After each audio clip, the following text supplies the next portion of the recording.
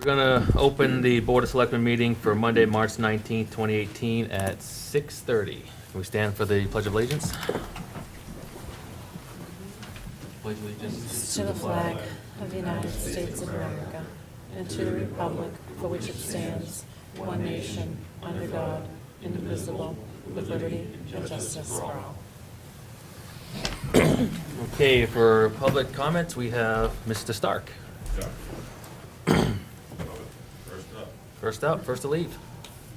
Okay. Greg Stark, 1 off King Way. I just have a couple quick things. I couldn't help but notice with all the weather problems we've been having that our beautiful elm trees in Elm Park seem to have taken a beating. A couple of them look pretty bad, and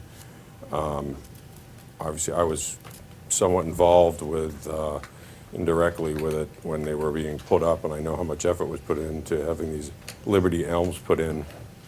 I know how costly they are. I was just curious, like who's in charge of the elms, and do we know if there's any plan for repairing them, or? Like who's in charge of trimming them and keeping them?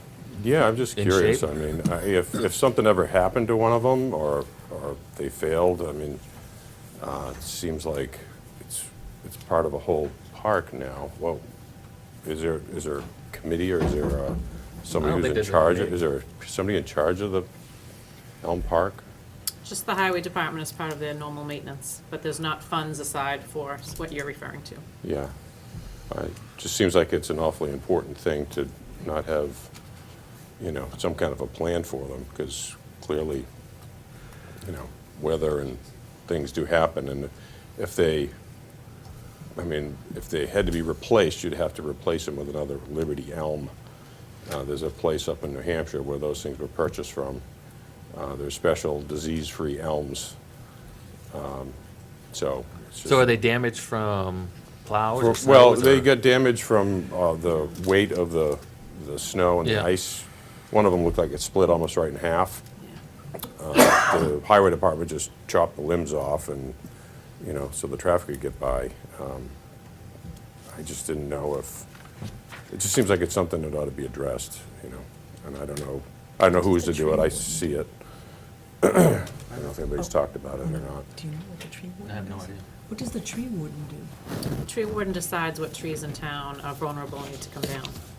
So he doesn't look at replacing trees. His is more the opposite. Is there any money in the tree warden's budget to go down there and prune them and get the broken limbs out of them and all that? I think they've already done that. They've already removed the broken limbs, but if you drive down the street, you can actually see, as Greg's referring to, there are, I think 2 trees might be Two, fairly yeah. split. I Right. think we had 4 trees that were damaged in the power outage storm. Right. And do you think Looked that like means, 3 of them were beyond repair. I'm not a tree person, but I just look at them and I see what effort was put in to have them installed, and they've taken, 14 years or so to grow. I mean, to lose one now would be, I know how expensive they were when they were young. They're probably terribly expensive to replace when they're older. But up until now, those have taken whatever storm has come through. Yeah, here. they've broken So some that was an branches and exceptional normal. storm. that Yeah, came it was through an exceptional, a week but- and a half ago. I don't know, it seems like somebody ought to look at them, Can we or get- so can tree we get the warden tree should warden? maybe. To go down and give us a report back? Would they do that? Put a report on what?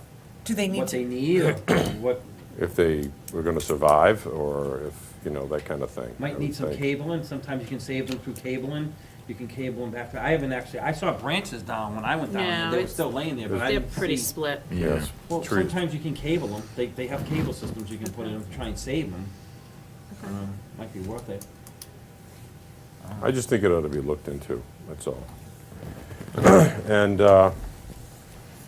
my second thing was I got an email from the Merrimack Valley Planning Board, clearly because of my relationship with them years ago.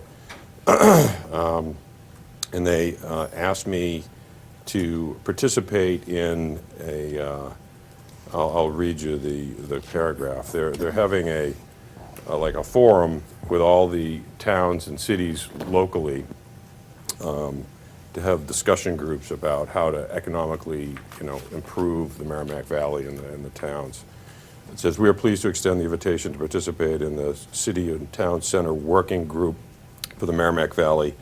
This working group has been created to facilitate a collaborative discussion about our community centers contribute to our local, regional, and economic and economies in the Merrimack Valley, and what these strategies can be implemented to support our growing economy.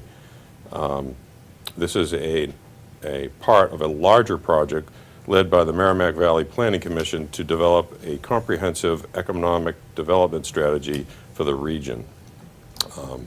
So did they send this to you too? I don't know, which meeting is that? This is for the Merrimack Valley Planning.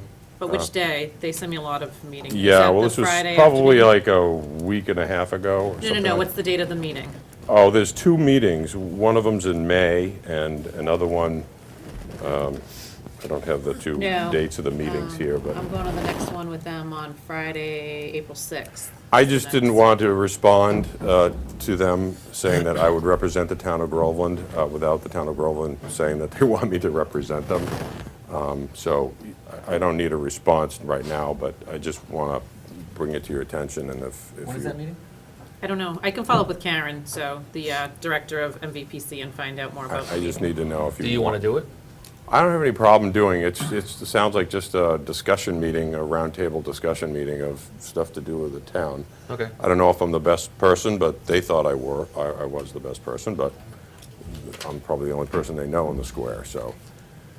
Okay, so we can figure out when that meeting is, and then if we need to actually Yeah. I appoint can, Greg I to can be in send that you the part. dates of the meetings, Okay. they're in like a month. So, Okay. Okay? that That's all it? I have. Okay, thank you. Yep. All right. Next up, we have the warrants. Motion to approve payroll warrant number 18-37 in the amount of $155,960.74. Second. Have a second. Any further discussion? All those in favor? Yes. Motion to approve bill warrant number 18-37 in the amount of $560,401.27. Second. Have a second. Any further discussion? Just typical breakdown. So the town bills are 88,000. The light department, 357,000. Water and sewer, 16,000. Payroll withholdings, 22,000. Health insurance, 43,000, and snow and ice, 31,000. Snow and ice. Snow and ice. How is that looking? I was gonna look after Thursday is the question. Well, we have a deficit today of $76,000 in that account. But that includes the majority of the bills from the last two storms. He still has a few that he's waiting on, but that does include a large portion of it. And he said something about the state declaring a state of emergency or something that might affect that. Well, we're hoping, so we need FEMA to declare a federal emergency like they did in 2015, where then we can submit reimbursement and get a portion of that back. We won't know if that's gonna be declared. I assume they would, based on the three nor'easters. The March 1st one that really devastated the South Shore, and Plum Island and some of the areas on the coast up here, and then the last two storms. So I think, given the significant damage, hopefully the federal government will declare a state of emergency, and we can then start working. Bob is treating it as that, so he's itemizing everything, keeping everything separate, because we have to provide copies of all the checks and Right. bills and all that stuff. So he's sort of proceeding with the hope that they will declare it. We just won't know. And we might not know until, later on in the year. Okay. Do you put those trees in? Those are expensive. I'm sorry. Palm trees, Oh, yeah. Those are expensive Yeah. to run. I can talk to him about it. Replace the tree, but they look like- And then this week's storm is going to affect that. And next week's storm is going to affect What, next week? that. That's the rumor. I know So- the latest forecast was 6 to 10 in this Yeah. area for Wednesday. Yes, and then Sunday into Monday is the next one, whatever's coming. Welcome to In New the past, England. with the state of emergency, they declared by the state. They've done repairs on town vehicles that were damaged because of the storm. They gave us money on culverts, road repair. So those trees ought to be thrown in there. That is town property. Yeah, I can let them know. Okay, any further discussion? All those in favor? All right, next up, we have the appointment of Zaven Gostani? Gustanian, Gostanian, is he here? I don't believe so. No. Of Bradford to the position of electrical inspector effective March 20th, 2018 through June 30th, 2018 at a rate of $750 a month. Sam's not here either. Is Sam coming No, in? he actually had a line of people out there, so. Okay. So I can just say we had about 9 candidates for this position. They were all actually very qualified. He's worked with many of them before in his capacity. He selected, they call him Gus, he selected Gus to the position because he has a decent personality, a good demeanor. He's very knowledgeable. He's been an inspector before, and his proximity to the town seemed to be the most beneficial. So that's why we are recommending him. And he's owned his own business for 20 years. Yes. So, very experienced in that. Someone want to make a motion? I'll make a motion that we approve the appointment of Zavin Gostanian for the position of electrical inspector from March 20th to June 30th, 2018. We get a second? I'll second it. Any further discussion? What's the current rate? Is this going up or down? Or No, it's the same rate it is. Same. And I understand he can't do any work in Groveland as long as he is Correct. the inspector. Correct. Okay. So the questions I have. All those in favor? Next up, we have discussion about fire department, interim fire chief position, and plans for the chief position. Appointment of acting fire chief. Kurt, you want to come up? I don't want to put you on the spot if you don't want to. No, that's all right. I was just here for the capital, so I didn't. Oh, you're early for capital. Yeah, well, only 15 minutes. So, based on the information that we have to appoint an interim chief by April 1st, right? Correct. That's state law, mass state law? Well, no, it has to do with the delegation of authority from the Okay. state fire marshal. So for us to do our inspections and that type of work, we need the delegation of authority. We're still working under the existing delegation of authority until the 30th of March. Gotcha. Okay. Anybody have any questions for Kurt? Are you willing to continue in that capacity if we make the appointment? Okay, and there's acting chief and then there's interim chief. I'm currently the acting chief. So I'm basically acting out of grade at the chief's level because I was the assistant chief. And now the interim position, that has to be, basically that's the chief. He's considered the chief or she's considered the Do chief. we have the ability to extend your acting position? No, because it has to be, from my understanding, I'm not a lawyer, but from my understanding, the delegation of authority has to go through to an interim. Because the acting is, I'm acting under someone else's authority. So you're acting under someone who's already still in place, and then when Correct. that changes, you have to be the interim. That's my understanding. And for the interim, are there requirements about the length of appointment for that, or the parameters around the appointment for that? I don't believe so. I think that could be any time, So it could be at will, basically, with no, right, but I would definitely want to discuss that with the board before I say I'm going to accept anything. well, the only thing is, So we won't have another meeting between now and April 1st. Okay, So what I was gonna suggest is that we appoint you interim chief for a month. okay, That'll give us time to meet with you, kind of figure out how we're gonna go through this. okay. Probably an executive session, because that's to do with personnel, right? No? It's not an executive session material. All right, so it won't be executive session material.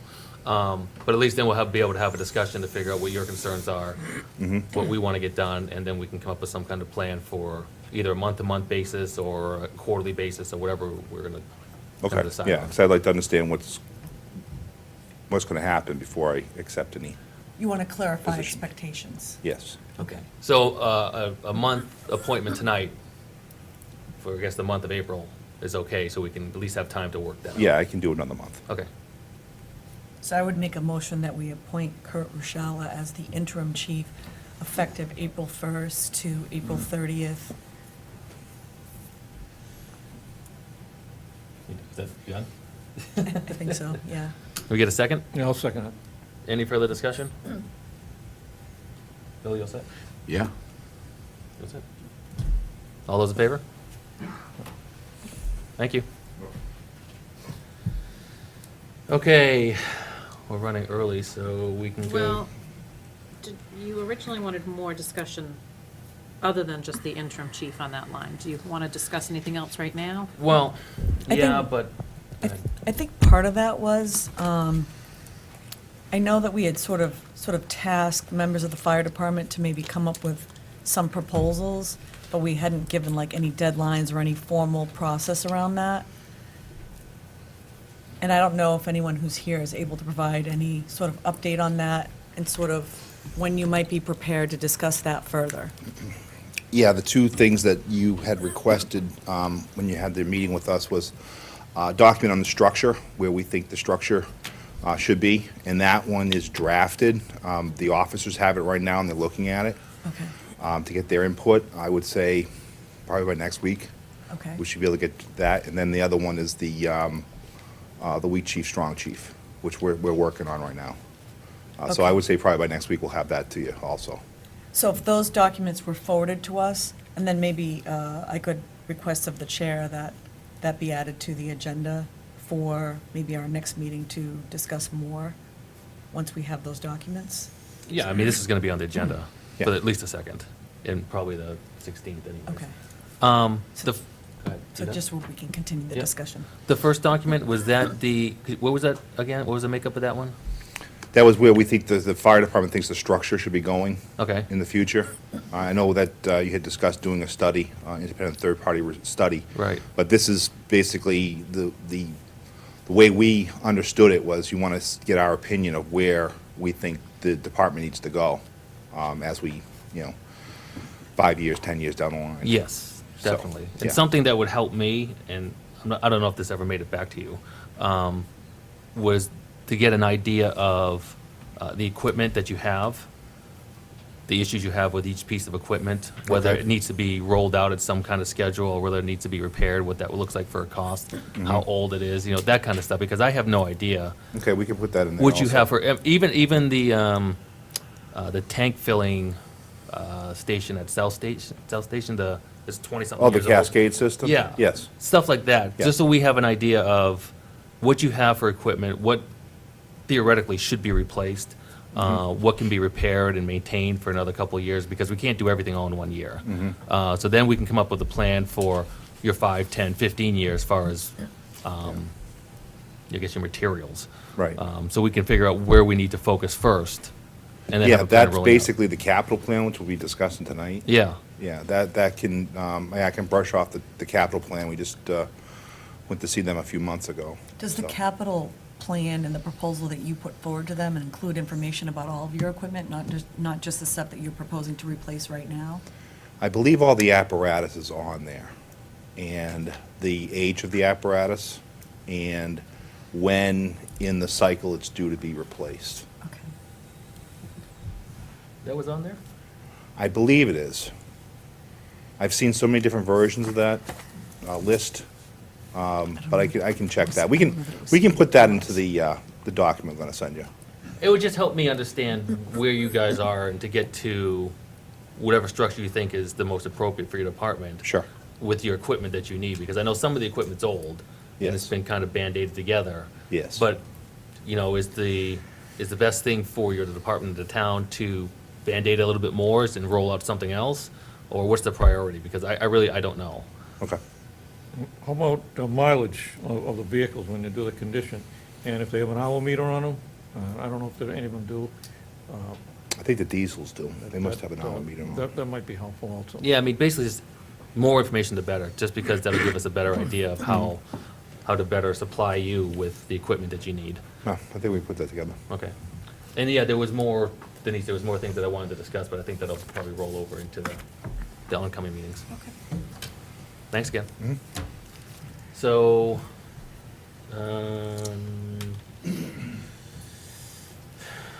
would it be short of creation of, You could jump to the votes if you want to get the votes out of the way, you could do that.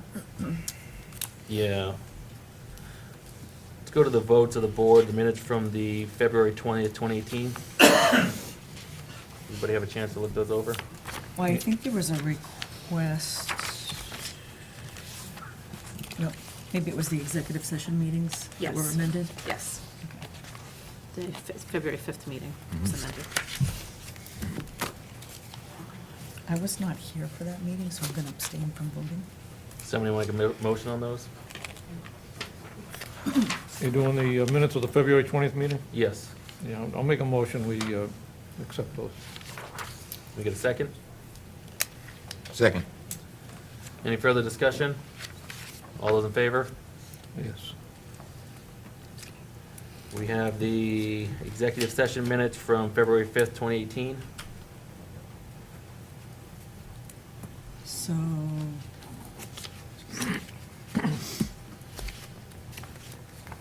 I think what we had asked was about, okay, so you've added information about what the cost would have been. Yes. Okay. So I would make a motion that we accept the executive meeting minutes from February 5th, 2018.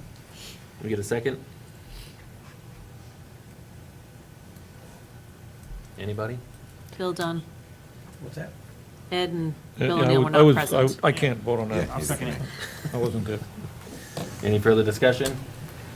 All those in favor? Abstain. Abstain. We have accept the resignation of James Greenberg, custodian, effective March 12th, 2018.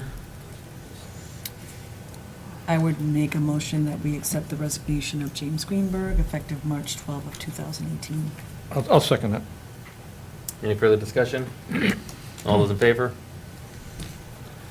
Yes. We have vote to terminate the local state of emergency declared by Chairman Mike Wood on Thursday, March 8th, 2018. I make a motion to terminate the local state of emergency declared by Chair Wood on Thursday, March 8th, 2018.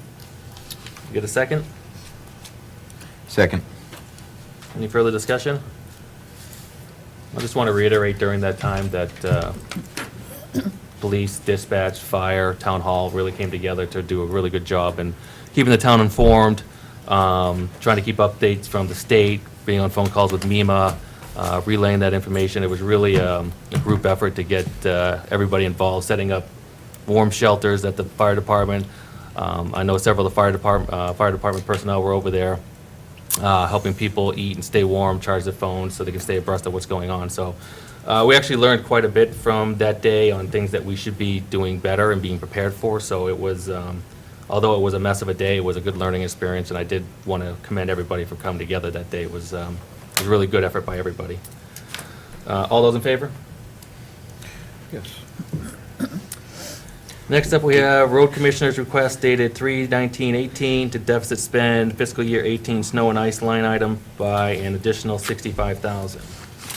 So I don't think we will need 65,000, Good. hopefully, but it really depends what happens this week and next.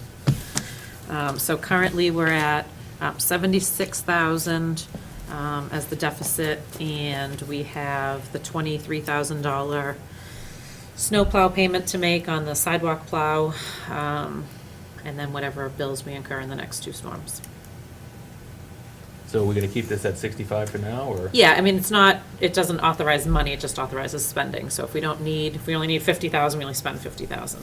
Just hopefully we won't have to come back a third time. So I made it a little higher than hopefully we'll need, so we don't have to request another deficit spending.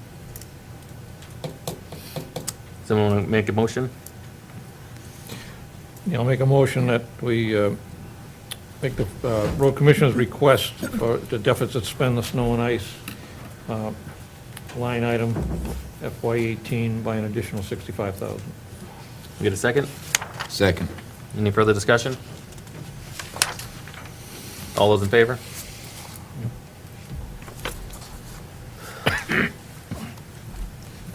right. So Mike, Jeff is here now, if you Right. wanted to go back to that item. Jeff, you ready? Well, unless you want to wait the 7 minutes. No? All right. All right, so we'll move on to capital improvement plan discussion with Capital Improvement Committee Chair Jeff Pappas. 7 minutes ahead of schedule. And so you should all have the plan as well as the backup that Jeff provided for you on the items that they were recommending. Yep. Good evening. Good evening. Happy once again to present the capital plan for next year. Would you like me to just run through it? Or do you have any specific questions to start with? Anybody have any specific questions for Jeff, or do you want him to go through it? Anything you want to cover specifically, Ed? No, I think we had the discussion before. But can I make a suggestion? I could maybe start with the projects that we did not approve, so you could get an idea of what the overall picture was. Sure. Okay, so there were a few projects that were requested which we did not include in the plan for this year. Council on Aging requested a handicap access van for $58,000. We met with Lynn and discussed it at length. It looks like they'll be able to continue using the van that they're using now. And I believe they're going to be able to purchase it, so for a minimum amount of money. So we took that off the plan for this year. Highway Department had requested a 5-ton truck, which we had on the plan. After discussing it, meeting with the road commissioner, we decided to push that off for 1 year. So that's on the plan for next year. That's the 5-ton truck. Cemetery Department had requested a walker mower for $18,000. After our meeting with them, we discussed it and determined that that could be put off for another year. So those are the items that we did not approve this year. We did approve purchases for the fire department, the highway department, and the police department. So the fire department, once again, we were addressed the Squad 1 vehicle. We met 3 times with the fire chief and some of the firemen to discuss these issues. The Squad 1 vehicle and the radio system. So Squad 1 vehicle, again, we recommended last year that it be replaced. It's 23 years old. I did go and visually inspect it. It does have, rust on the body. It's an old vehicle, and it goes out on calls 2 or 3 times a day. So it's the main medical call vehicle. Information that I've got when we discussed with the chief is that the parts are hard to get. The overall design of the vehicle isn't relevant. It's the pump and the tank are no longer necessary. It has the medical and the equipment and the drugs are not stored correctly in a controlled environment. The truck leaks oil. It leaks transmission fluid. It doesn't have ABS brakes or airbags. It's just time to replace it. In our opinion, we just decided it was time to replace it. Now, the original requested amount was $107,000. When we met with the chief, we discussed in detail what equipment was necessary and how we could bring the costs down a bit. So we ended up coming to $85,000 as the amount to put on the plan. So that was the final amount. Question? Yes. So if you replace Squad 1, what are you going to do with it? What's the plan? How are you going to dispose of it? You're going to... What to do with the old truck? Right. We actually didn't discuss that too much. Actually, the acting chief is here, if he can address that, if you'd like. Do you have an idea what to do with the old equipment?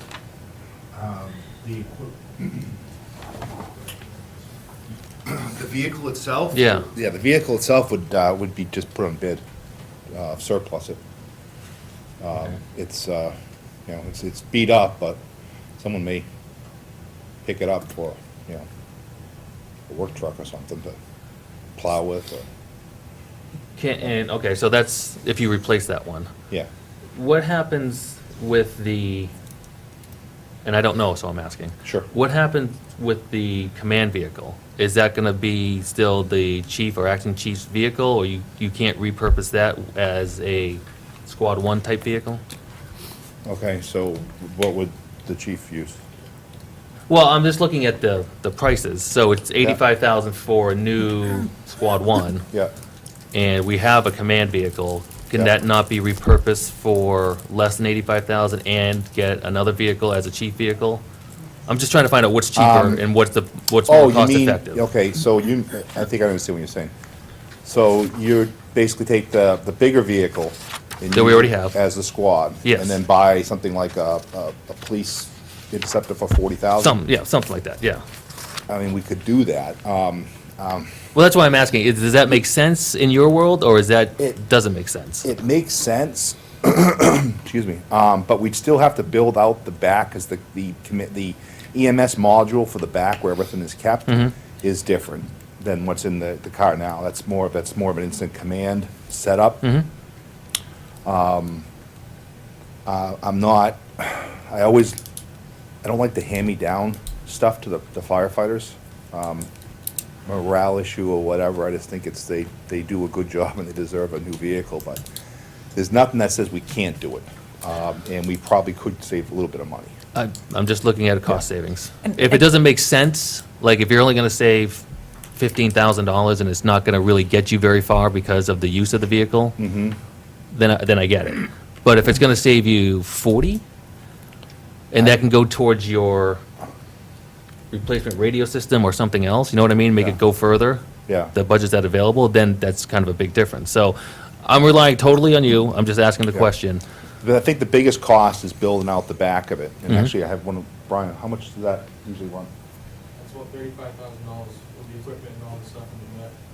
with the equipment and all the stuff? Yeah. Okay, so the vehicle itself is like 38. And then, so then the one. So half the cost of the equipment in the back and building it out and storing it correctly, and then Yeah. the other half is the actual vehicle. Yeah.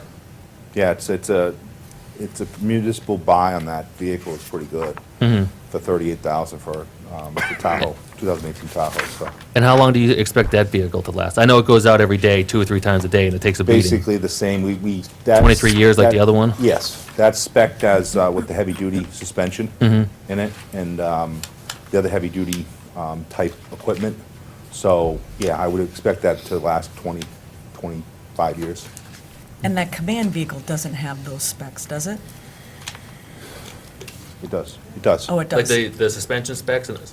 Yes, it does. And how old is that vehicle? That's 2013, I believe. Bill? But, do you know roughly what kind of condition the command vehicle's in now? That's, how old, like 7 years old or 8 years old? 5. something? 5? Yeah, 2013 5, it's got about 22,000 miles on it, and I would say it's in very good shape. It's garaged, it's washed. And they only use it basically for the chief, they don't use it for anything other than that? Do they use It's- it for any other kind of? If someone is running, I don't want to use the word errand, but on company business, they'll use that vehicle, sure.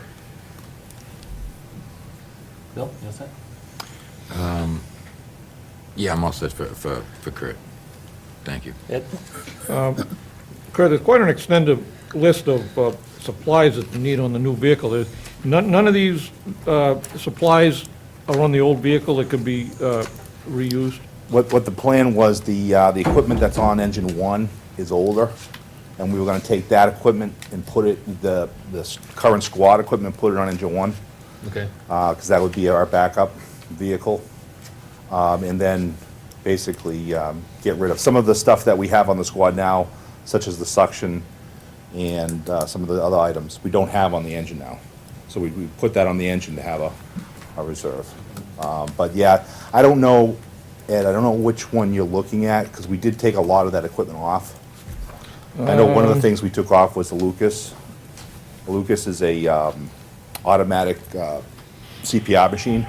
Most of the ambulance services are carrying them. Because of the rigor of the CPR nowadays, and also the machine does it better than a human does. They've actually seen a lot better results, actually dramatic results, when the machine is used versus a human doing CPR. Maybe But you that could take a was- look at this, and this, Yeah, This that is was, want to grab that, Jeff? this was, But that was 7th. basically $15,000 that was on that list that was taken off. Yeah, that was one of the things we took off, was 16,000 to go from 107 down to 85. So we took out some of the equipment. And Kurt, is that something, I know that in the past, Trinity has donated defibrillators at times. Yes, defibrillators. Is the Lucas something that Trinity might have the capacity to donate? I don't know what they, even if they have them on all their ambulances yet. I know they have them on some of them. But yeah, I mean, that could be a donation from Cheston's been very generous, and other businesses and towns have been very generous to the department over the years. I know that, Who manufactures the Lucas? I believe it's Lucas, isn't it? Was it? Lucas. Physio. It's a physio? Okay. So, but yes, that's something that, it's a real nice to have. Do we need it to run our business? No, Okay. but it's a real nice to have.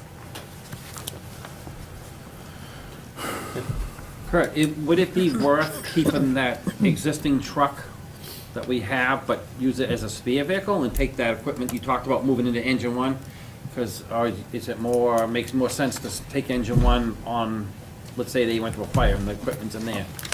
Yeah, I mean, mean, look it does make a difference, yeah. That's nice to have equipment on the engine. We just finished getting defibrillators on both squads and both engines, which is great for use at the fire scene. But keeping that truck, I just don't see it as being a wise decision with the maintenance and Right, and I'm not stuff. saying keeping the truck and not getting a squad. I'm talking about getting a squad and taking that equipment you talked about taking off, leaving it where it is and putting the new equipment into the new vehicle. Instead of taking an engine and have the engine on an accident or whatever. Oh, you okay, have I see this what other you mean. vehicle. I see what you mean. And I know- I don't have a place to put it. We'd Okay. have to go outside. Okay. Right I know in now, the past, when this truck keeps breaking down, you guys gotta take that heavy engine all over the place, and that's, wear and tear, and it's a heavy vehicle, so. yeah, but I don't have any place to put it right now. But Ed, yeah, a couple of these things have come off here. I know one of the things, the RAD 57 has come off. And the RAD 57 was a, Brian, you want to explain this? I know, SPCO, carbon monoxide in your blood. yeah, it basically, if we put our pulse oximeter on, it looks at the oxygen level in your blood, and it gives us a reading for our, when we go to a medical call.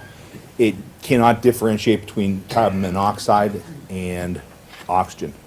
So it just looks at what's bound to the blood. And it basically looks through your fingernail.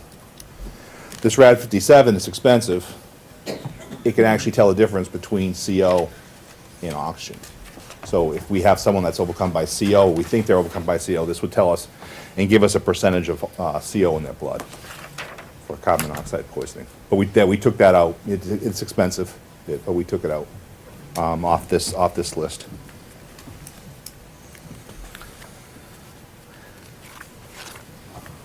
And the Zoll 80 plus, what's that? ED, defibrillator. Do we still need that one? Did that come off? We could. But I Is that think still that's on the the most. 85,000, or is that, It's at 85,000. with that? Is that, what was it, the Zoll, AED plus. Defibrillator. then you need that on there too? We were gonna put it on the ladder. I can't read this. But Jeff, can I ask you a question? So, would those things be considered capital? I mean, sort of the medical equipment, is that considered capital? No, that was one of the that was one of the points we brought up when we discussed it with the chief. He said, this is, the equipment isn't actually part of the capital, and we just agreed that it wasn't, so that's what we took off the Lucas and some of these other things. So the items that would physically be installed into the truck are still in the quote. Right. But sort of anything medical that It's just, is extra In the truck. has been removed. yeah. Ed, you all set? Yeah, I'm all set. Lisa? Thanks. Bill? Yes, we Covers could. that topic anyways? Okay, sorry. Anything else? Okay.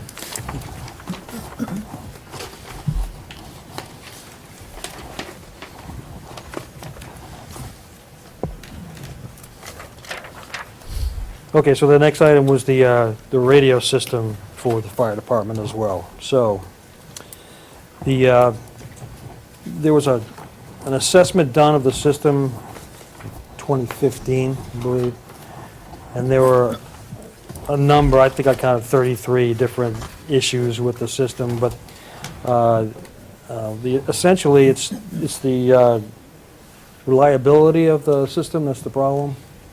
The communication is very faulty. They can't understand what each other is saying, and it's a safety issue because at this point, from our understanding and the way the chief explained it, is that when a firefighter goes into a building, they lose contact with them. They can't communicate, and a lot of times, even just between the different parties, the communications breaks up. And it's essentially just, it's going to fail. It's just, it's on really its last leg, basically. And communications, we felt was a safety issue. We felt that it needed, something that needed to be addressed. And we, again, the initial request was $150,000. We discussed the different elements of the system with the chief. We came to an agreement to remove the microwave portion of it, which was about $50,000.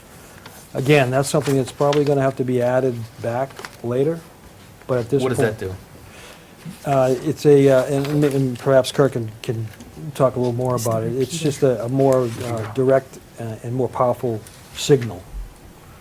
Is it a better way to explain that? Yeah. Basically, right now, we have two sites. We have the site at the Public Safety Complex that goes to the repeater at the top of the water tower. And then we have a backup repeater system at South Station. And they don't talk to each other. Either one's on and the other one's off, or vice versa. So we only turn the other one on when we need to use it, because the primary one's down. And you have to do that because if you don't, the units will repeat off themselves and just keep on going back and forth constantly, so the whole system will go down. So what the microwave system does is it allows both the repeaters, and Brian, tell me if I'm saying something wrong, allows both the repeaters to be on and they talk to each other. So down in South Groveland, a perfect example was the other night we went down there for a report of smoke in the building. And I was standing outside the building. It was down near the Haverhill line, and it's down the bottom of the hill. I couldn't hear the firefighters inside the building. They had to come out and talk to me, the front door, because their radios couldn't get back to the repeater. That's all the way back to The the radios we water just tank. bought 2 years ago? Yeah. They're not communicating with the The system in portable. place? Yeah. No, because they were inside the building, and there's a weak signal. Outside the building, Got it. Yeah. everything worked perfectly fine, but they're in the building. and It's it not was- strong enough to permeate through the walls. Exactly, and get all the way back to the water tower. Outside, I could hit the water tower, no problem. Yeah. But inside the building, because you're down in that gully, so if the system was up at South Station and they were talking to each other, they would only have to get back to the South Station, which was Right. just, quarter mile or less. So that from issue will continue even with the replacement of the radios, correct? Yes, Until you get the microwave. yes, yes. That was my understanding, correct. what did we replace for the radios in the past? I thought those were all the, No, we went for the full Gusto. Yep. 3 or 4 years ago. And understandably, we started dividing it up. So we bought, we had the new truck radios, and then last year we bought the portable radios for the firefighters, which turned out great because we actually were able to, when the public safety went down from the power outage, we were actually able to tone out, one of the officers was able to tone out on their new radio, which we didn't have that feature before. So that actually paid big dividends the other night. But now we're into phase 3, and this is basically the brains of the system. And the current one we have now is commercial grade. It's not a public service grade system. It's 20+ years old, 21 years old, and it's just basically it's time to replace it. so this is not the actual radios the guys hold, this is the actual unit.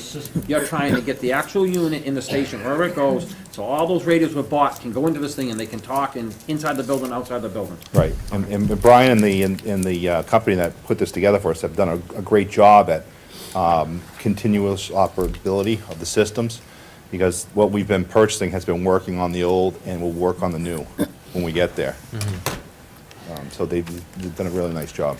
So maybe this is an ignorant question, but is the radio system that fire uses and police, what's the difference between police radio systems and fire radio systems? Right now, one's UHF and one's VHF. The police are operating on UHF, I believe.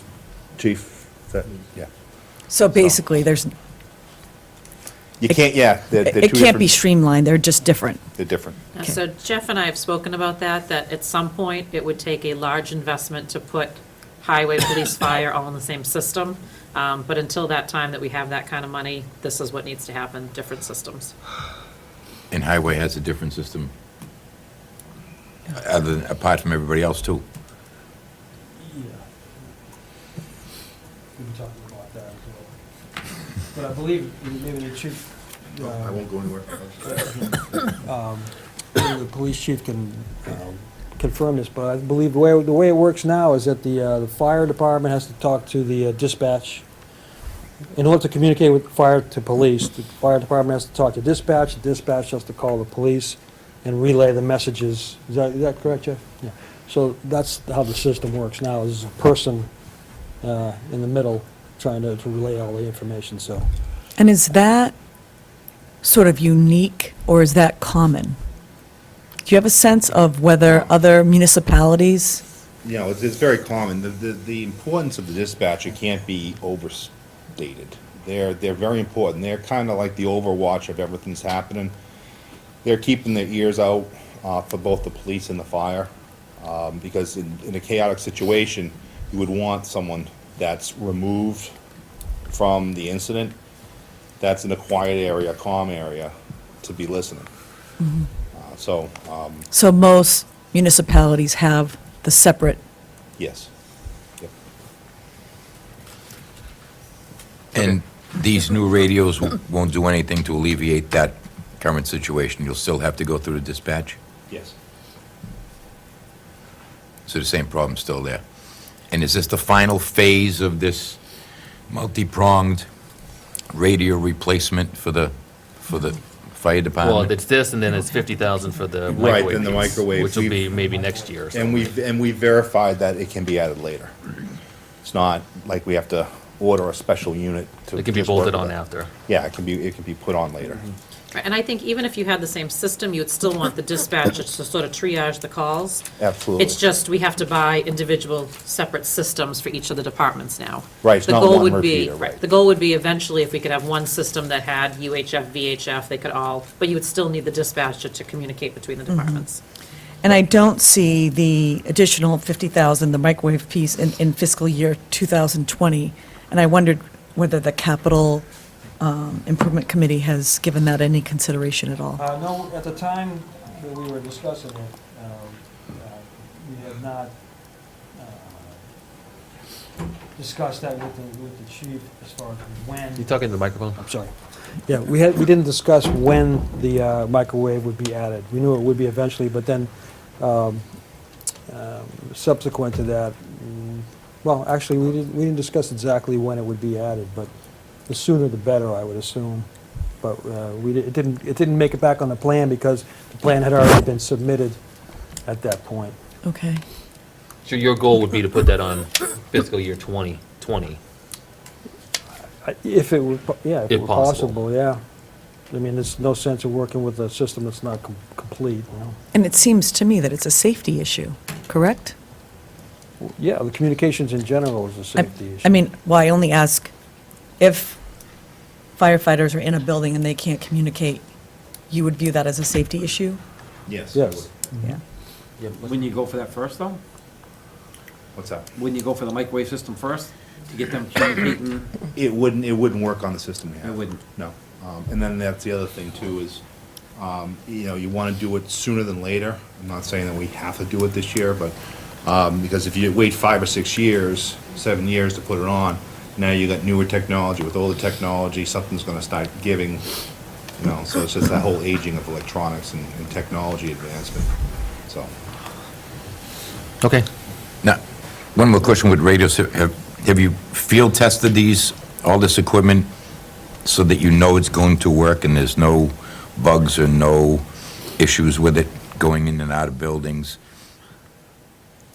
No, we haven't mapped. That would be a map of the town. Brian, have they done any of this? $5,000 to do a study like that. Yeah, so, no, we have not done that. They want $5,000 to see if it'll work? To- Do a to- study to come out and actually set up all this equipment and do studies to make sure these are. How about that as part of the purchase? You show me it works, and then we'll buy it. That's the next step, is if you guys want us to go down that road, we'll have a conversation with them and see if it's, but basically the mapping is basically tells you where you have weak signals and you have Right. strong signals. Yeah, valleys and peaks, yeah. The system is gonna work, but the signal strength is what's in question. That's why the microwave went on there, because now you have 2 points of reference. And the thing is, you gotta remember, with the truck radios, they're 100-watt radios, so they're powerful radios. They can really broadcast a distance. Our portable radios are only 5-watt, the ones that each firefighter carries. So the power for them to get out and reach our distance is limited. And the new ones will have what? The new ones, The new radios that are part of this proposal, they're gonna be 5-watt? no, those are just, that's the head end, that's the brains of the whole system. That sits up at the tower, at the So water it's- tower. So the radio system that is proposed to be replaced is not the individual radio system? No, all that's done. Now this is just the brains of the whole thing going together. And they do a lot of radio mapping in buildings too now. One thing we found out that we go into the Bagnell School after they put the new glass in, our radios don't work very well coming out of the school anymore. Because that low-E glass actually reflects the radio. Has nothing to do with the power of the radio, it has everything Yeah. about reflecting it, so. There's always gonna be areas that we're gonna have some contingency planning. So, correct me if I'm wrong. We're gonna spend $100,000. We're not sure it's gonna work in every corner and crevice of this town. Correct. And the company that's gonna sell us this wants $5,000 to tell us it's gonna work or not work? Well, without the microwave piece, I believe that they can't. If we had the microwave piece, I think we'd have more assurance that it would work everywhere, correct? Right, then outside, I mean, within buildings, they'll make no guarantees, because like I said, someone can go in and change the glass in their building, and all of a sudden, you're not working anymore. So there's really nothing that would guarantee that 100% period, correct? If they did this study outside in the open air, yes. But inside buildings, they wouldn't warrant that study for that, coming out of buildings. You'd have to study each individual building. That sounds expensive. Yeah, it's typically, you see it done when there's a major renovation. Right. The new building code doesn't require it for existing buildings, but all new buildings going up would have to have a radio signal test done and mapping done. That's in the building code, because there's finding so many problems with all the energy efficiencies of these buildings that the fire departments can't, and even police departments and EMS, they can't, the radio signals don't get out of those buildings. So, in one of the most important buildings in this town, if not the most important building, when you're in the building, you have no communications outside the building It's at the very- Bagnell it's- School? It's very difficult for us, yes. Depending on if you're near a door that's open, whether it's closed. I know for a fact, I've been down there on calls where we had to station a few people to relay information. Now, in light of the last couple of weeks, don't you think we ought to make that some kind of priority? If something's going on inside of that building and we can't communicate with the folks in, We've got a real problem. I've had some discussions with the chairman about that school. But I think what you're saying is, I mean, what, in an ideal world, what would be the resolution of that? Bidirectional amplifier. Bidirectional what? Amplifier. It's basically an antenna system that goes through the school. And how expensive is that? That size building, probably 30,000. And then, but then it goes up too, because it's a first responder radio system, so it's not just fire, it's police. In our case, the ambulance uses the same frequency as the fire, so they would piggyback on us, but also the police frequency would have to be that bidirectional amplifier also. They're relatively new to the market in the world of the buildings, probably in the last 10 years. But they're, like I said, they're really catching on because of the fact that we're so energy efficient in these buildings now. So the bidirectional amplifier and the microwave do separate functions? Yes. The microwave allows the two systems to talk. Okay. The bidirectional amplifier takes our 5-watt signal from Yeah. inside the building and amplifies that to an antenna on the roof. Okay. And then that shoots back I to got you, yep. our repeater Okay. antenna. So the amplifier is just for building specific. Just for building specific, yes. Chief Gillen, do you have the same problems with your radios as well in that building? Yes. So you can communicate with your officers if they're inside and you're outside? We probably experience some of the same issues as the fire department, but nothing to the extent I think that they're dealing with. Is that because you're UHF and you're VHF, or you're opposite?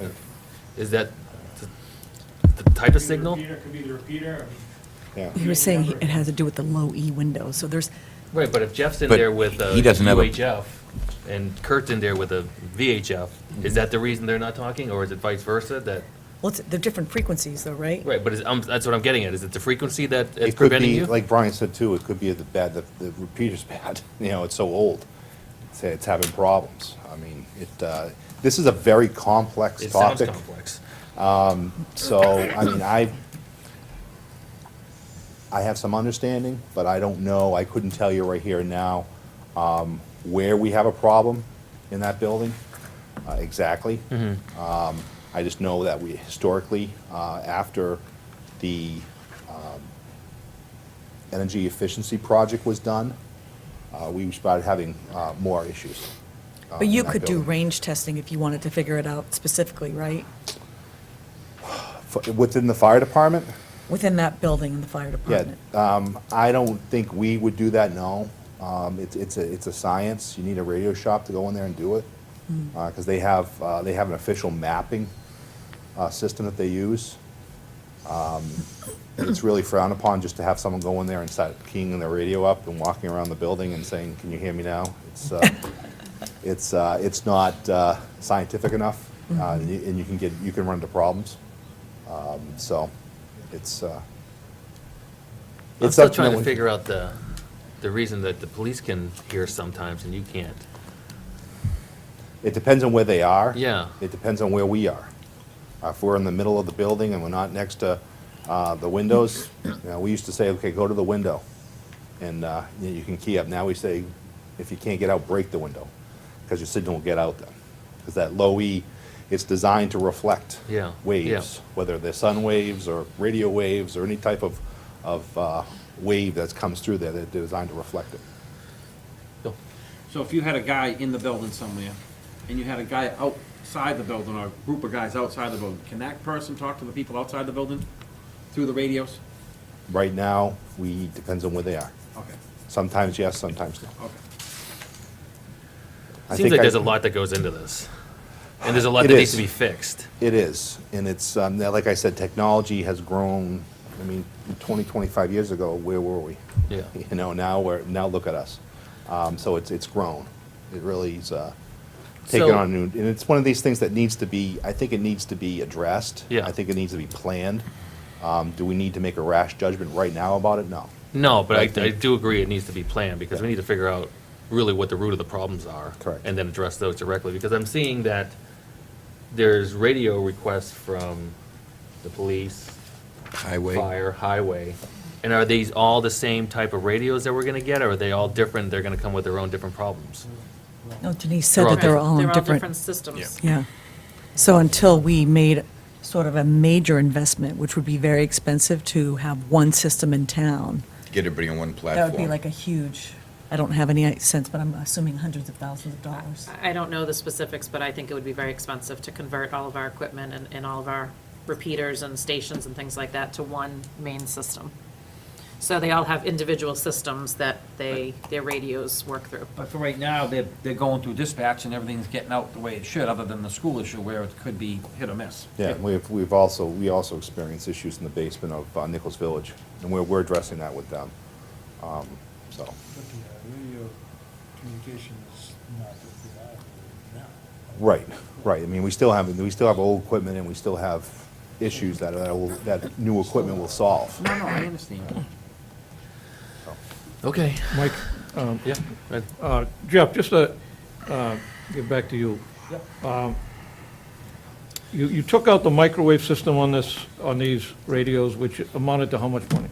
50,000, And when are you gonna put- 48,000. And that's gonna go back in next year?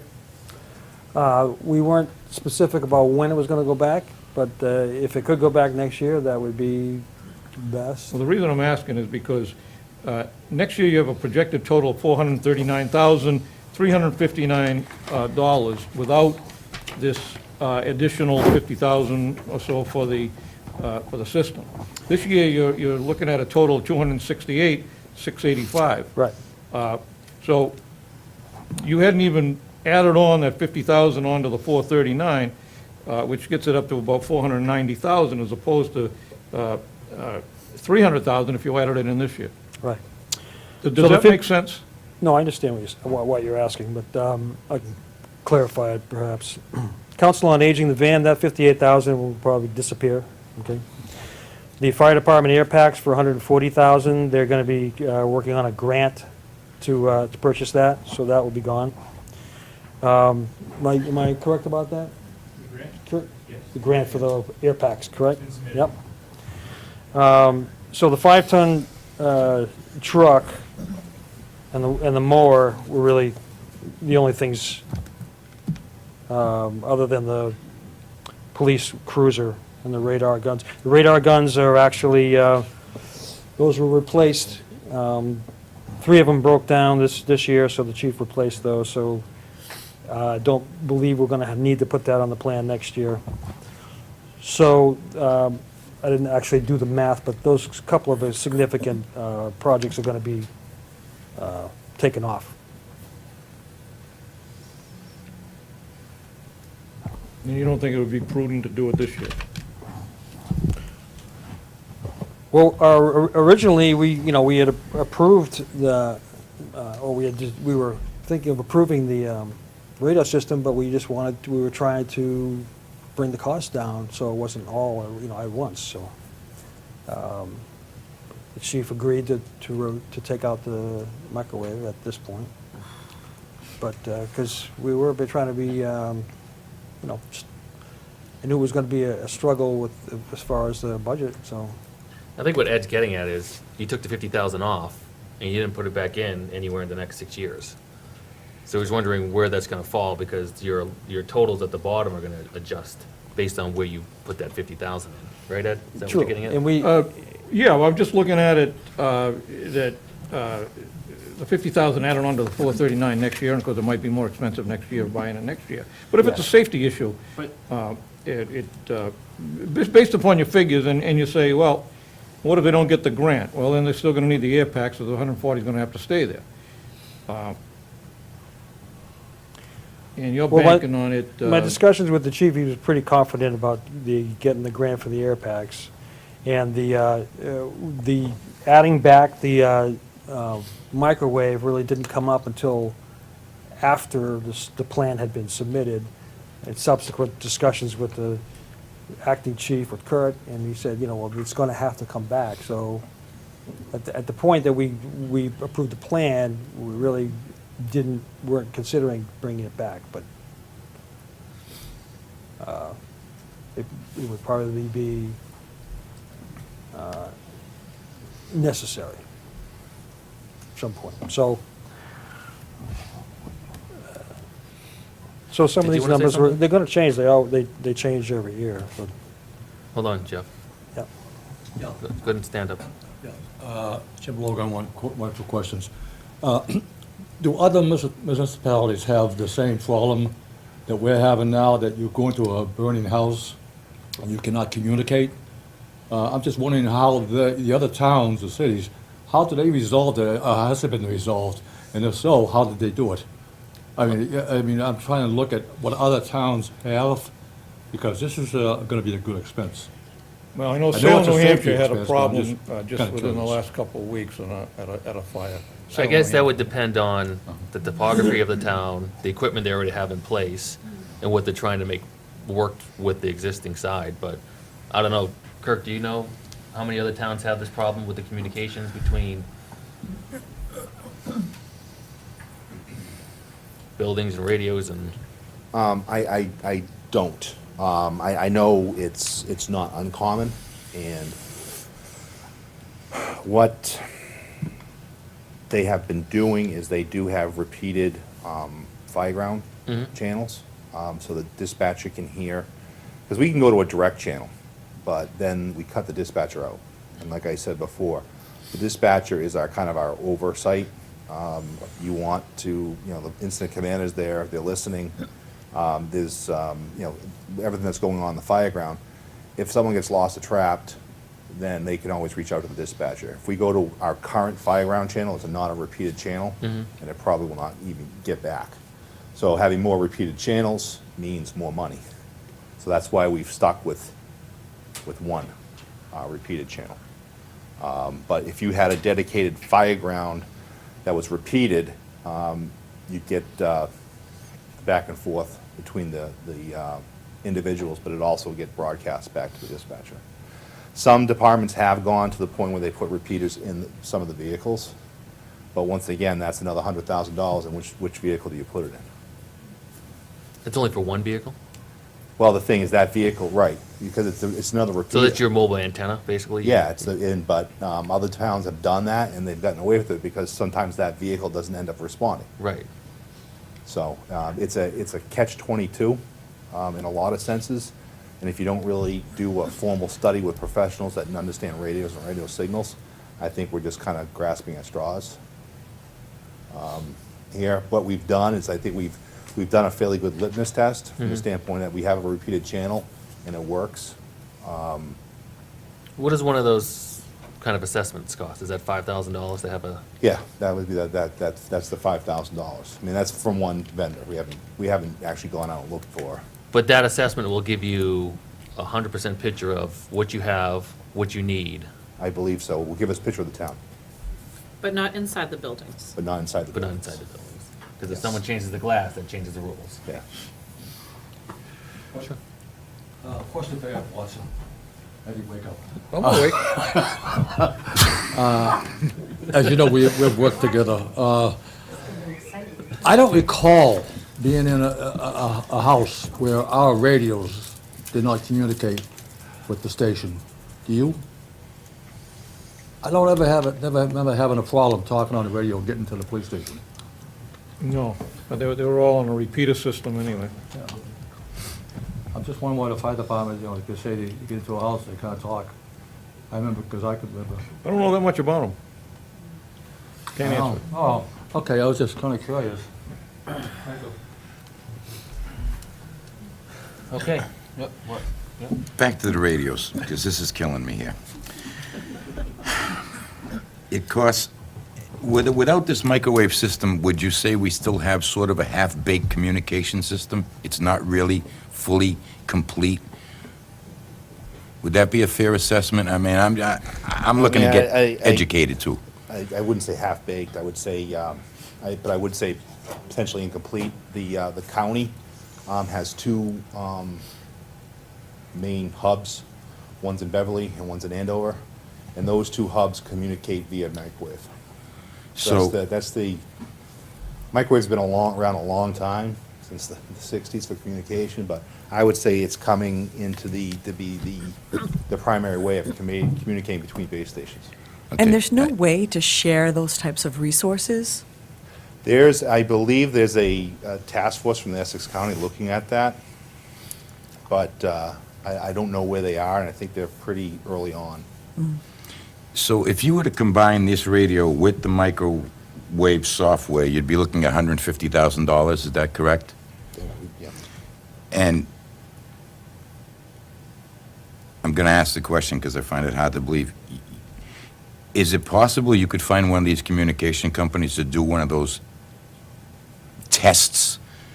If they're going to pull down $150,000, don't you think they'd say, hey, yeah, we'll give you the $5,000. We'll throw that in just for the heck of it, because that's a heck of a sale for somebody, right?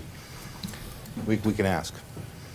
We can ask and see what their quote would include. I mean, that's big dollars. I don't want to throw a monkey wrench into the whole planning thing now, but it seems that, Well, you're in for also an- asking them to do a fair assessment based on the deal that would be coming, right? hell yeah, I mean, I'm going to spend a lot of money, right? The point is, how You many give me a little times do they have something. ladder truck companies come out here? I know I was over there for a couple of them, so if you guys went as a negotiating point and said, listen, we're possibly gonna be looking at radios, can you bring them down, can we test them out? I mean, I think we're putting in, the horse before the cart here type thing, because I think what would happen is when we got to that point, maybe they could use it as a bargaining point. Hey, come out, let's make sure this works type thing, wouldn't you think? They've come out and looked at the radio equipment. That's where that quote came from, the 30 points issue. No, I'm talking about the actual, using them, or they don't have anybody come out and let you guys make sure they work, or set them up in some different locations or whatever? No, they actually do a mapping, and it's different. It's not, there's no one transmitting over it. They're just going around looking they'll set up a signal, and then they'll map it. They'll Right. go around and map the So we know town. at that point, Almost like doing a Google Earth type of thing. They'll just drive around and then monitor the signal. Okay, I think we beat that down. Jeff, you want to continue? Thanks, Kurt.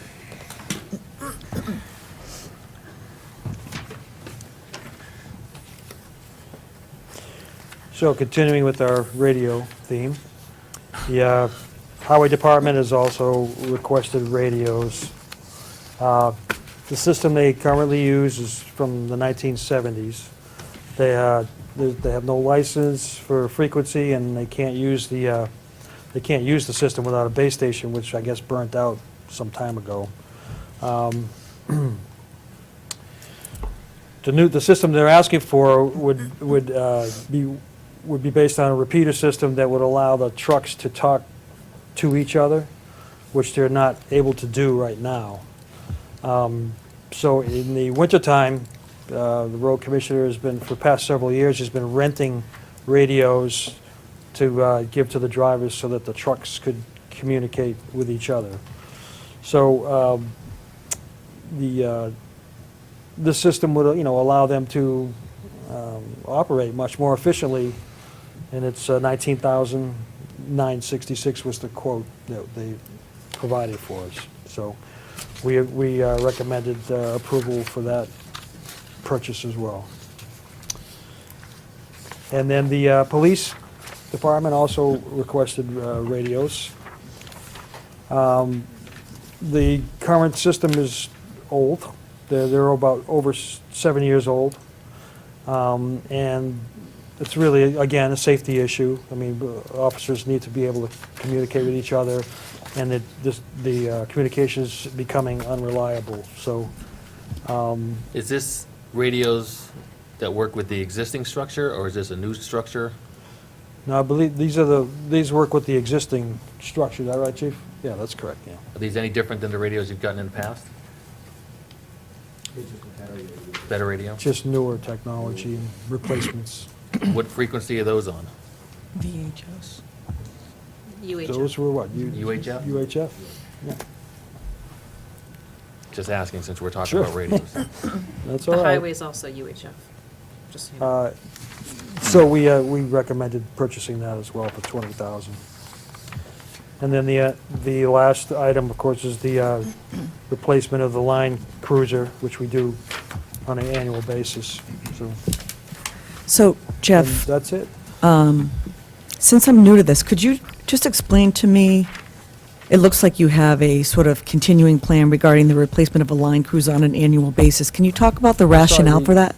I couldn't quite hear you. Sorry. That's it. So how many cruisers does the police department have?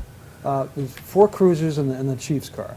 Okay, So we were, for several years, we've been in a 5-year rotation where the chief's car, the new vehicle would go to the chief, who would drive it for a year, because that was pretty much a light-duty vehicle. In other words, there wasn't a lot of wear and tear just from the chief using it. So then it would go into the rotation and be used as a cruiser for 4 years. So we would go into a 5-year cycle, so we wouldn't have to, the idea was we wouldn't have to purchase the cruiser and the chief's vehicle at the same time. okay. But the current, chief, I think, prefers to go back to a 4-year cycle. And So the chief's- 4-year yeah, So cycle. the cruisers would be rotated. The chief's car would just, it wouldn't be replaced, it would probably keep it for 10 years or so. Okay. But the fo- eventually, eventually you would have to purchase 2 vehicles at the same time. Okay. But the 4-year cycle, is that generally a standard practice? How often do police vehicles normally get replaced? Every 4 years? Does that seem about right? I just don't have any frame of reference. I Yes, think this has been because the they- process since. Sorry? This has been the process for the police department for a good 7 or 8 years, right? Longer than that. Longer than yeah. that? Yeah. I think did Bob start this No, it was before. before him? Before that. It was- we had yeah. a lot of cruisers, and they needed a lot of cruisers at once. You need a microphone or something. I don't know how Get one big from they Tracy are. behind you if you want. So going back to the finance committee, like, I don't know, 25 years ago or so, the police department hadn't bought a cruiser every year, and that was a huge problem. So the decision was made that we needed to start rotating the cars so we wouldn't have more than one in a year. That was the objective, was not to have To spread two the cars cost in off. one year. Right. Exactly. Right. So, the impact on the budget wasn't too significant, and it's worked. Okay, thank you. In 4 years is about right. I mean, because these cruises run constantly, so, so that has, that timeframe has worked out fine, And the cruisers that get sort of surplus, do we get money for those back? Well, you mean the ones that rotate out? Yeah, I believe well, in the past, they've gone to different purposes, like animal control. I remember one went to the road commissioner one year, but as generally, they get sold for, or traded in for the new vehicle. Yeah, the last one I read, it's a few $100s. Yeah, don't get much money. Wow. Now, was that, I know when I served with you, Jeff, on the Capitol, it was a big issue with the old Chargers. Chargers. They were Yeah. constantly... They're gone now. Yeah, they're all gone. Yeah. So these are all the new Ford Explorers? Expeditions, are they, or the- Expedition, Explorers, Explorers. yeah. How are they holding up as compared to the other vehicles? I mean, what's their cost of maintenance? Is it good, the reliable vehicle? Are we getting our money That'd be a question for the chief. worth? yeah. Good evening. I just wanted to clarify that we started out with the 4-year plan, like Jeff said, and a few years ago, Bob Kamelowitz introduced a new program. We worked with you, and I haven't changed that yet. So for years, we did 4 years, those cruisers would last, and it was working. And now we're doing the 5 years. I still Yeah, it's haven't. been, we've done the 5 years, probably 3 years in a row, I think. So you're So sticking to We 5? used to do the 4. Yeah. Yeah, And then okay. It was actually the capital committee that thought that we would go into a 5-year rotation so that we could avoid having to purchase 2 vehicles at once. But the chief feels that it'd be better served using the 4-year cycle, because I guess in the 5th year, they're starting to need some more repairs. So we're gonna go back to the 4-year cycle. I was gonna say that the chargers, I guess that was one of the questions. We did have a lot of problems with the chargers. We seem to be having a lot better luck with the Fords. So they may last, we can do that 5-year, if we could talk about that, if it's gonna last, because that was a concern that this last charger, just about 2 weeks before it was time to replace it, we had to park it. It had just finally given up, and I just couldn't afford to put any more money into it. So that the 5-year plan with the chargers, we got everything we could out of them. And I'm thinking with the Fords that we're gonna be okay with the 5 years. But that's the difference between the Ford and the Charger.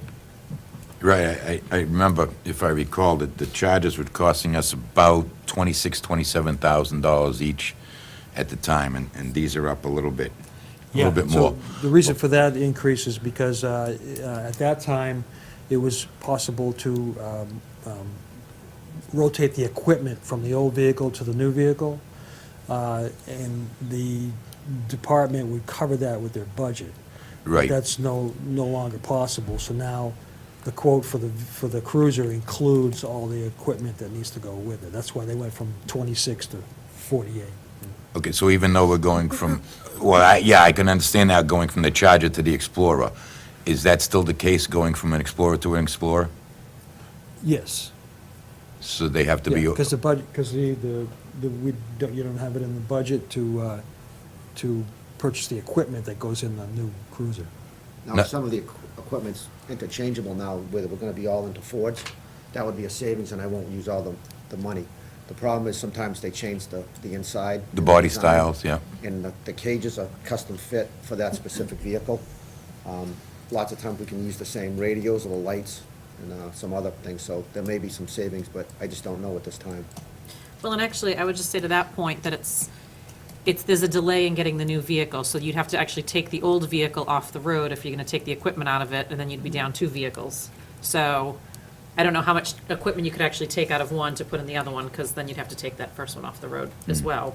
And it's usually a couple months by the time you order it and get it in and then equip it, Yes. right? Yes. That the oldest vehicle, what kind of shape is it in now? A lot of miles, or? It's got 98,500 miles on it, and it's doing pretty well. It'll be another, if this is all approved, it'll be well over 100, but it's doing okay. Again, they're doing much better than we've experienced in the past. And it's the idle miles that you gotta consider too. I think it's about 30 miles for every hour a cruiser idles. So that's what puts it way over, even just considering the 100,000 or so that you're gonna have on it when it's done. And is it still a pretty reliable vehicle, would you say? The Fords, Your oldest Ford? right now, yeah, yeah. I mean, we have to do maintenance on it, but that's just something that's expected. Just normal? Again, I think after the 5 years, we've got pretty much all that we can out of them. It would be nice if they're in good shape, that we could give some money back to the town by trading it in. Or repurpose them to another department? Yeah, I mean, the Save last some money several years somewhere. with the charges, they weren't worth anything. Oh, I We almost had agree to- with you. We almost had to have them towed up there, so. I sat on those committees when you guys were crying with transmissions that were gone, and, Yeah. and, you know, it was a disaster. So I'm glad we moved on from that. Yes. No, they've been very good. They're good in the snow. They're a 6-cylinder. It's on the chassis of more a Taurus, so it's a nice riding vehicle, and they're just all-purpose. Yeah, the front wheel, it's been a real good vehicle, and I have high hopes that they're gonna continue to do well for us, and that maybe we can save money. It must be good, just about everybody in the state's using them, including the state police, so you guys are getting great deals that are good vehicles. Yes. Okay, thanks, Jeff. Thank you. Do you have more to go through? Okay, no, that's it, so. Any other final questions? Can I just ask, so do you want to just articulate your vote on the senior center? Just so that you can at least bring it up to Yeah, them? the senior center. We did have a bit of discussion on that, however, at the time, we have a deadline to submit our capital plan, which is January. So at the time that we needed to finalize our plan, there were no numbers for the senior center.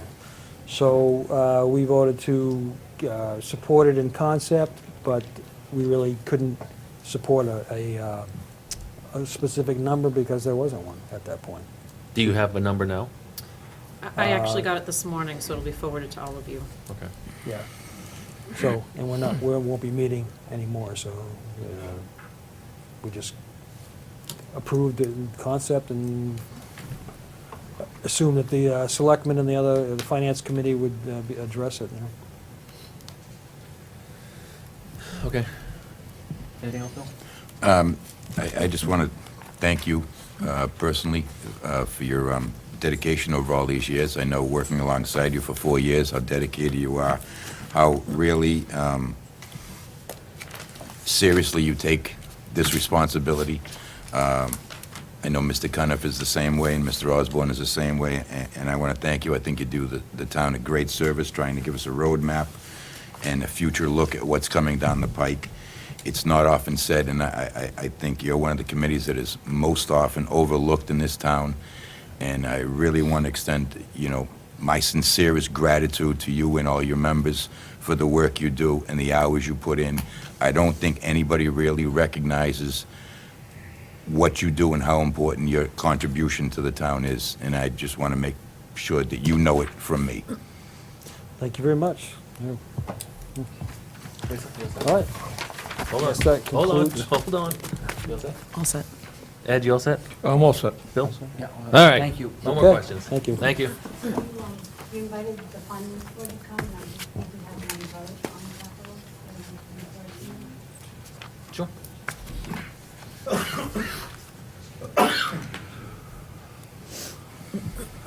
Kathy Castronellis, 12 Hillview Finance Board Chair.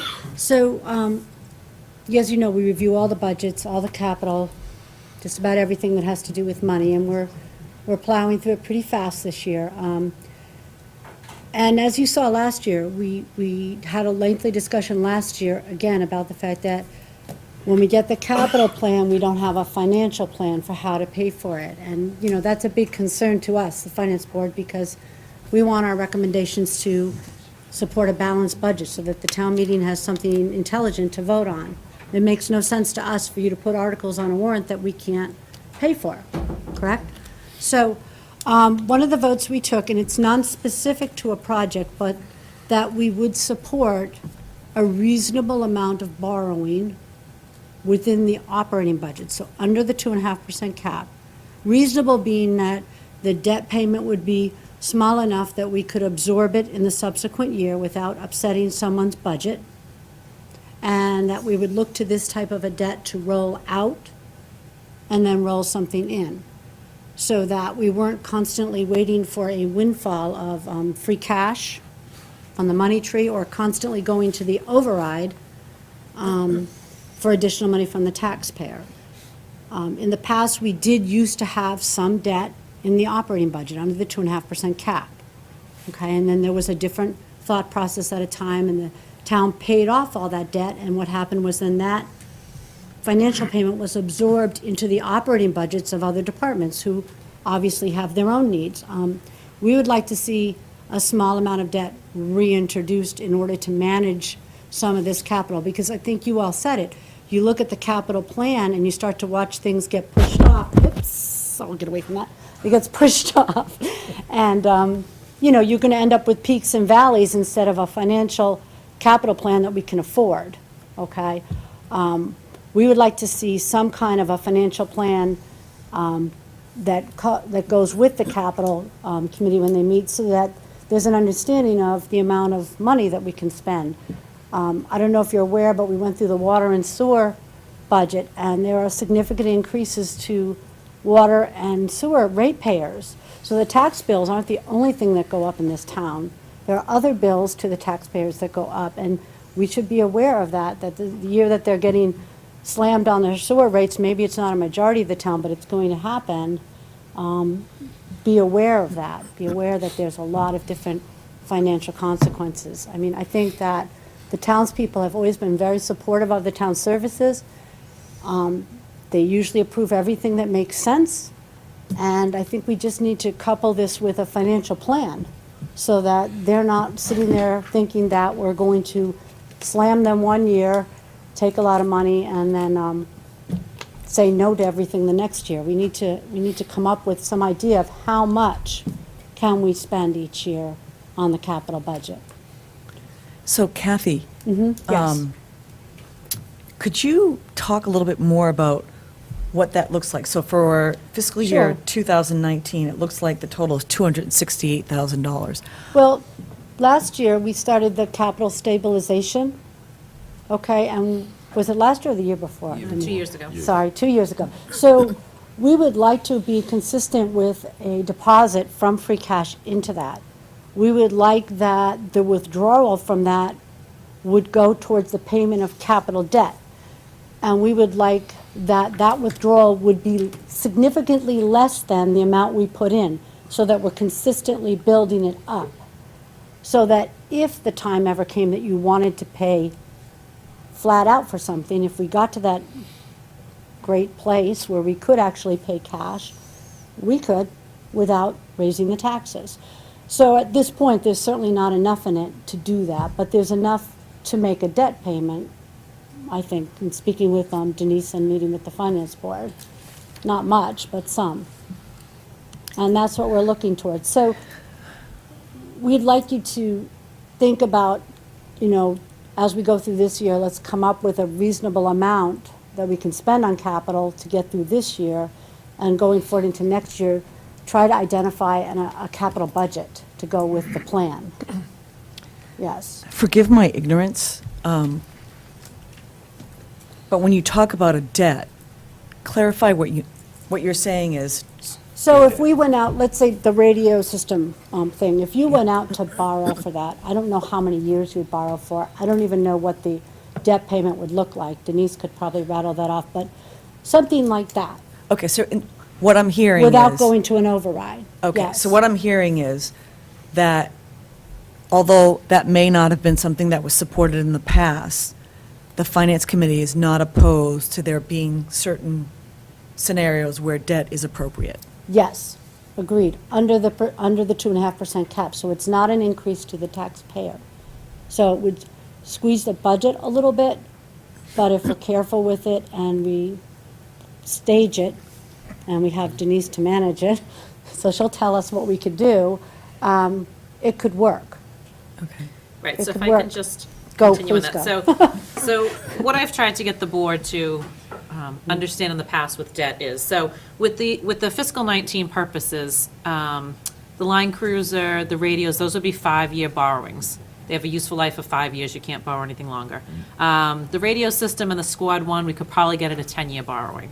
So if let's just say we borrowed all of that, the whole 268,000, some are 5, some are 10.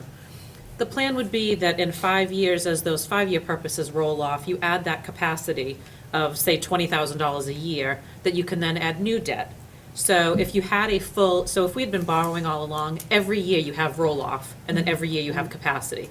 So that theoretically, your budget would stay the same for debt, you're just adding in where you're dropping off, so that you're consistent with what's in the budget for principal and interest, but you have capacity. We don't have capacity because there hasn't been debt in the budget, at least since I've been here.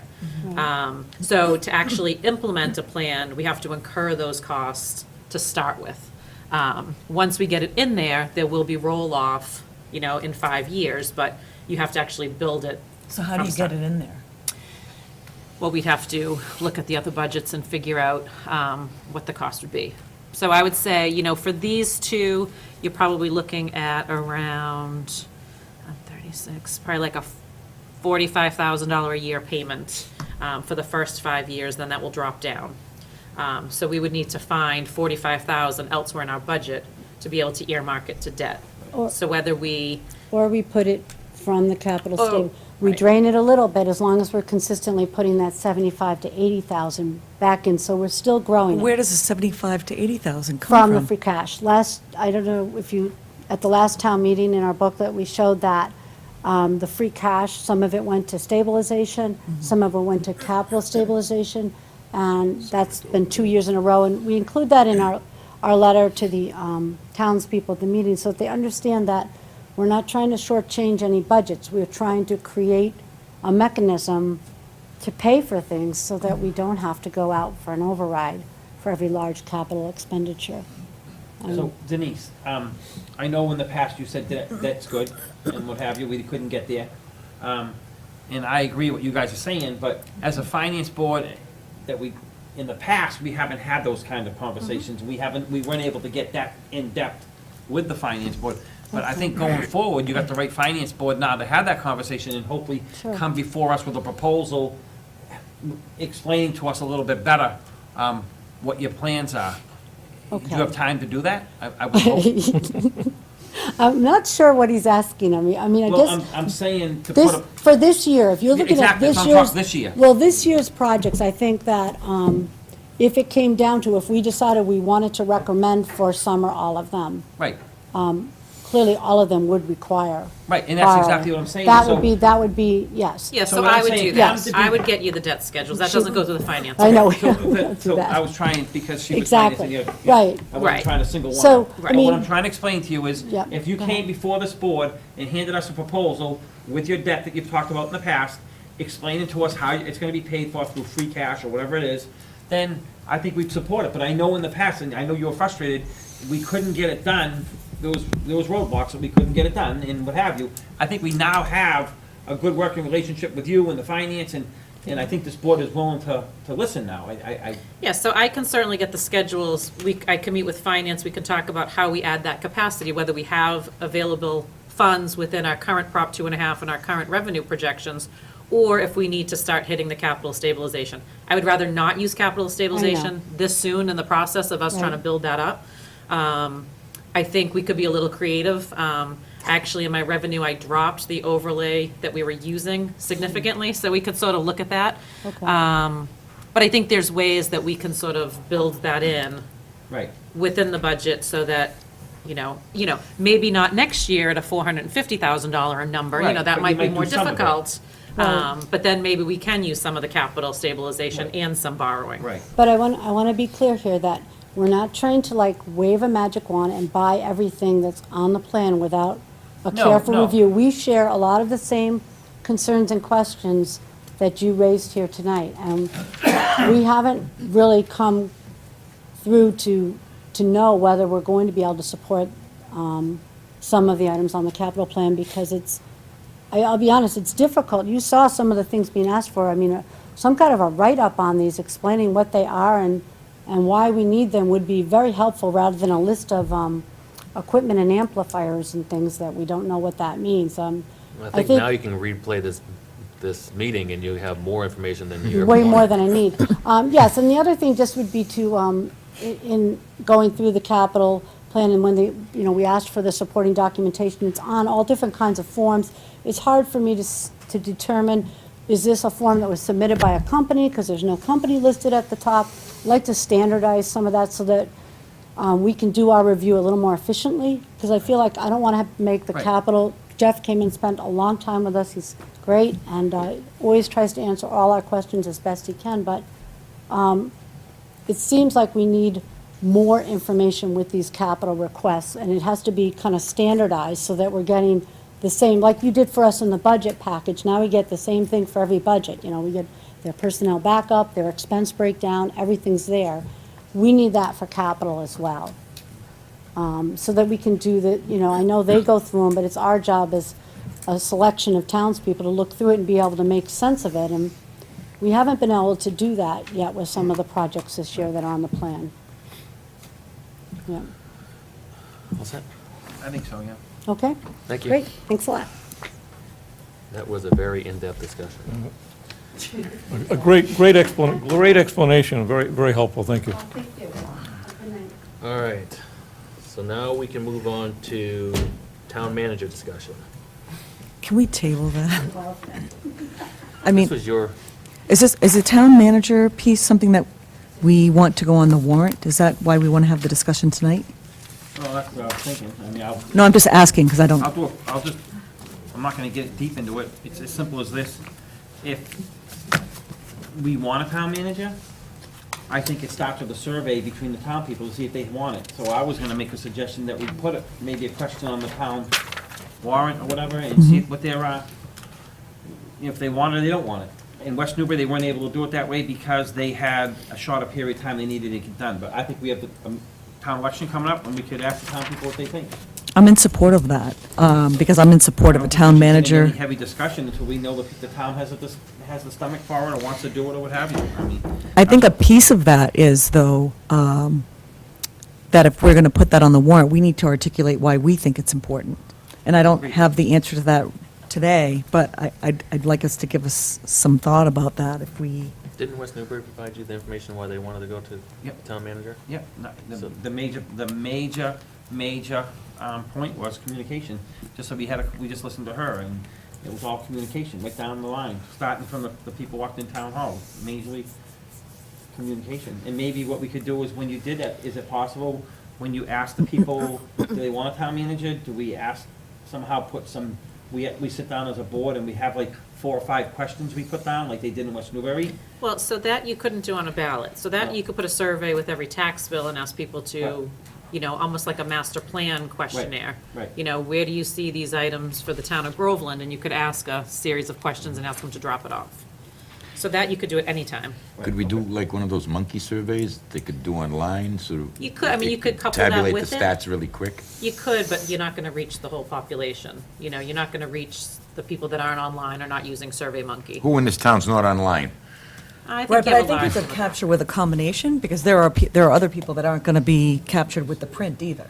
So I think if you were to do maybe both. Yeah, you could certainly do both, but then when you do both, there's no way to guarantee You're not with duplicating. SurveyMonkey that you're not getting duplicate answers or someone's not responding to both print and this. I mean, I think the best approach would be 1 per tax bill, and then you know how many go out, and then you see and then you could certainly do a second level if you wanted to, but Yeah. at How many least people that's. really open that letter and look at what's in there? Yeah, that's what I'm afraid of. Tax Well, bill? I mean, you could put it with the census, you could put it with, you could put it with something else that goes out, but Yeah, yeah. I think you're better off mailing one to each resident and having them reply that way, and either. I just think that that's more work. For me, it's more work than doing something online, but I can't speak for other people. Unless we found another mechanism that we could, specific someone had to log in with a specific user ID, so we guaranteed it was only 1 per. Well, there are other ways. I mean, the school, the building committee put together some survey, and it wasn't a SurveyMonkey. SurveyMonkey's not the only mechanism to do surveys, and I think there are others that probably have some capacities that would eliminate that duplication piece, and we would just have to explore You'd have to that. log in with like your street address. That would be like your username, and you create a password. That way, at least you have it by your house number. But Not- Yeah. Really not anonymous at that point. But I guess Yeah. one question that I would have of Bill is, did West Newbury give us anything in writing about sort of, did they give us anything in writing about, I have a whole packet of everything they gave me. because I wonder if it's possible, I haven't seen it, maybe Denise could scan it in and send it to us? Sure. Because then we could look at, is there something in there that we could share with townspeople that would help inform their decision as they're being asked to consider whether this is something that they want? How they started out with a survey. Yeah. They asked the town people in a survey, do you want a town manager, and what are your major reasons that you want a town manager? That was their survey. They took the survey and they started going from there. And I think that's probably what we need to do. We're gonna have to do a survey. Maybe the town people don't want it. We shouldn't waste our time. We shouldn't. Well, I think we need the survey, but I also think most town people, and I could be very wrong about this, they don't necessarily understand all the nuances that are going on. Like, as we sit up here, in terms of, there is not always streamlined communication because, so I feel like we have some responsibility to share, depending on what this board's, consensus is, about why we think it's important, so that people get sort of educated about why we think we could benefit from having a town manager. Does that make sense? It does, but I think how West Newbury took it, they took it the approach of the town people first. And then as the process went on, they took that survey and then they kind of worked it what the people wanted, is how they worked it down, and I think I have Lisa's a- saying that she's not sure that the people know what they want, because they Well, don't no- know the difference between what's existing But now. what I'm and then saying in the survey, I wish I could. Yeah, I don't could think take- they're fully informed about, Like, what does the town manager get? It gets a one-point person that handles all personnel, all legal issues, as opposed to us who can only meet every 2 weeks. I understand that. So but maybe it's a piece of paper that says, here's what the Maybe- current system looks Why like should West Newbury have versus, a town manager? And this was part of it, they listed it all down. that was in the survey? They sent out. Or they is it sent a out couple presentation? different surveys, they didn't send only one, they got the first survey to see if the people in the town wanted to go ahead and have, a town manager. Once they said yes, in that first thing, they said, what are the reasons why? And most people had the reasons why, communication, et cetera, et cetera. I mean, they did graphs, I'll get this to Denise, I'll get it all over to you guys, and you can thumb through it and go from there, but That would be helpful. Thank you. Mr. Duff, if I may. I gotta go through the chair. I'm sorry. It's okay, go ahead. The survey, I didn't get. You have to speak into the microphone, though. I'm Wasn't sorry. sent out Survey- yet. It didn't. You said you sent out a survey. No, To no, West Newbury. West Newbury. Oh, West Newbury? Yeah. Nothing to do Okay. with us. Because I would assume that the question would be, what are the pros and what are the cons? You know, once a list of the pros and the cons of having, as you say, a town manager. I'm just kind of concerned about that. Yeah. Okay, thank you very much. Sorry for the interruption. That's okay. So you'll get that out to Denise. She can Uh-huh. scan it, send it over to us, we can kind of review it. But it sounds like we need to make a decision about whether it's going to be on the warrant, or has that already been decided? Nope, hasn't been decided. This is Okay. the first conversation tonight we had about, other than I think you might have been not here, I just kind of went over. I what wasn't met here with- that day, yeah. I went over what I met with the gentleman, the selectman from West Newbury, what we discussed, I went through that, and then Mike said, I'll put on the, for further discussion, and all I was saying tonight is, number one, does the board want to do it? We never just voted on it. Does the board want to do it? And if they do, we press forward. Next step would be a survey, but if, why don't we, I give this to Denise, she can give it to you guys, and then you guys can thumb it over and go from there We'll with put it it. on the agenda again for next. But can I Well, ask, I would actually, if I can just, I don't think you have enough time to put it on this current town meeting warrant or town ballot. I really think there needs to be discussion, education. I think it's good to start the process now. I don't think you're ready to have it on a ballot question or anything at this point in the game. I didn't say that. No, I know, said I'm just, survey. Lisa was asking about the warrant, so I don't think you're Okay. at that, I would recommend you're not near that point. I No, think, no, no. I you agree know, with maybe you. next year. It took them 2 years to Right. do this process. Right. okay. So It you took go them 2 through all the years. education and gathering, It and has to then you go through look to put it on. legislation. It's- Yeah. It's a big Yes. process. But I want to understand what your goal is for now. Your My goal is, goal now was to Talk try about it. and get the board to be on board with me, okay, and if they were on board with me, then we would discuss. Next about- steps? Next step would be a survey. Okay. Are we gonna have a survey? And then we'd all sit there and say, okay, there's gonna be 5 questions in that survey. And then however Denise talked about sending the survey out, or however we get it out, that would be the next one. Once Okay. that piece done, we wait for the information to come in, and then we move forward this. so this is basically starting the process? Right, that's Okay. it. That sounds like the first process, to get the feeling from the townspeople what they want. Right. And it can't be something too long. It look like you got a lot of paperwork there. Well, this is just his packet he gave me that it took him for 2 years. This is not all a survey. This is, I'll get it to Denise and she can get it to you guys. Yeah, it looks like a PowerPoint presentation. It's They must everything. have given, Everything I from think the they survey had, right down to the day they That's hired what the it town is. manager. they had everything. public meetings, they had information sessions. I was Right. following it in the newspaper a bit, so I'm sure it's all that information there. Thank you. Okay. Next up, we have the creation of a business development committee. Lisa, I think this was yours. This was Bill's. Oh, Bill's. I'm sorry. So what I was trying to do again is I was trying to turn around and get a group or some parties involved, maybe some business people, what have you, to see if we can get them together at a table and talk about where they think that downtown should go, or where the business development in Groveland should go. And I think it should be back with business people and what have you, to try and move forward, to bring us into a business savvy town and keep taxes down, to try and help keep taxes down. I know in the past Denise was saying that this, and it is, it's true, that we don't have the right infrastructure here because we have septic systems in South Groveland. But on the same token, they make big buildings with big septic systems, so I think if we had that conversation with a group of people, we can get a feel for where they wanna go in with it, and then we work on it. Yeah, I think that's a great idea. It's been a long time coming. The more businesses, takes some of the burden off of the homeowners. Maybe we could, it's a good start. Get the feeling from some of the business owners, some of the problems that they've had here in running their business or trying to get their business started, and we can move forward with that. Maybe get Probably someone from the zoning board on that. Yeah, too, because right? I think part of the Sure. challenge is that Groveland is not viewed as business-friendly. So, however that's come about, there needs to be people that are part of that process to be part of this committee too. So I think we have a certain piece of oversight, but there's other pieces to the puzzle that sort of really play a significant role in whether businesses can come to this town or not. Yeah, well, you're right, that the town is anti-business. And maybe getting somebody on the zoning board on board, because some of those zoning regulations that are written are prohibiting, or making it difficult for business to start up here. Right, so if I would just, that's the planning board that writes the zoning bylaw, so you should Okay. focus on the planning board. Okay, the planning board. So would the next step be to reach out to the planning board to see if they would be willing to participate in a committee like this? If that's how you, or create, I would say, I think one of the next steps would be is actually figure out what you want this committee's charge to be. I think Bill talked about one thing and Ed talked about something a little bit different. So is this to try and bring business in, to try and work with the existing businesses? What do you see this Streamline committee's the process purpose? of bringing business to town, is that what you're? I think that could be the whole big picture, though. It goes to what Ed talked about and I talked about, make the town business savvy, which we'll hear out, what do they have, what's the problem, why can't we get people in here? Is it the planning board, is it the zoning board, is it conservation?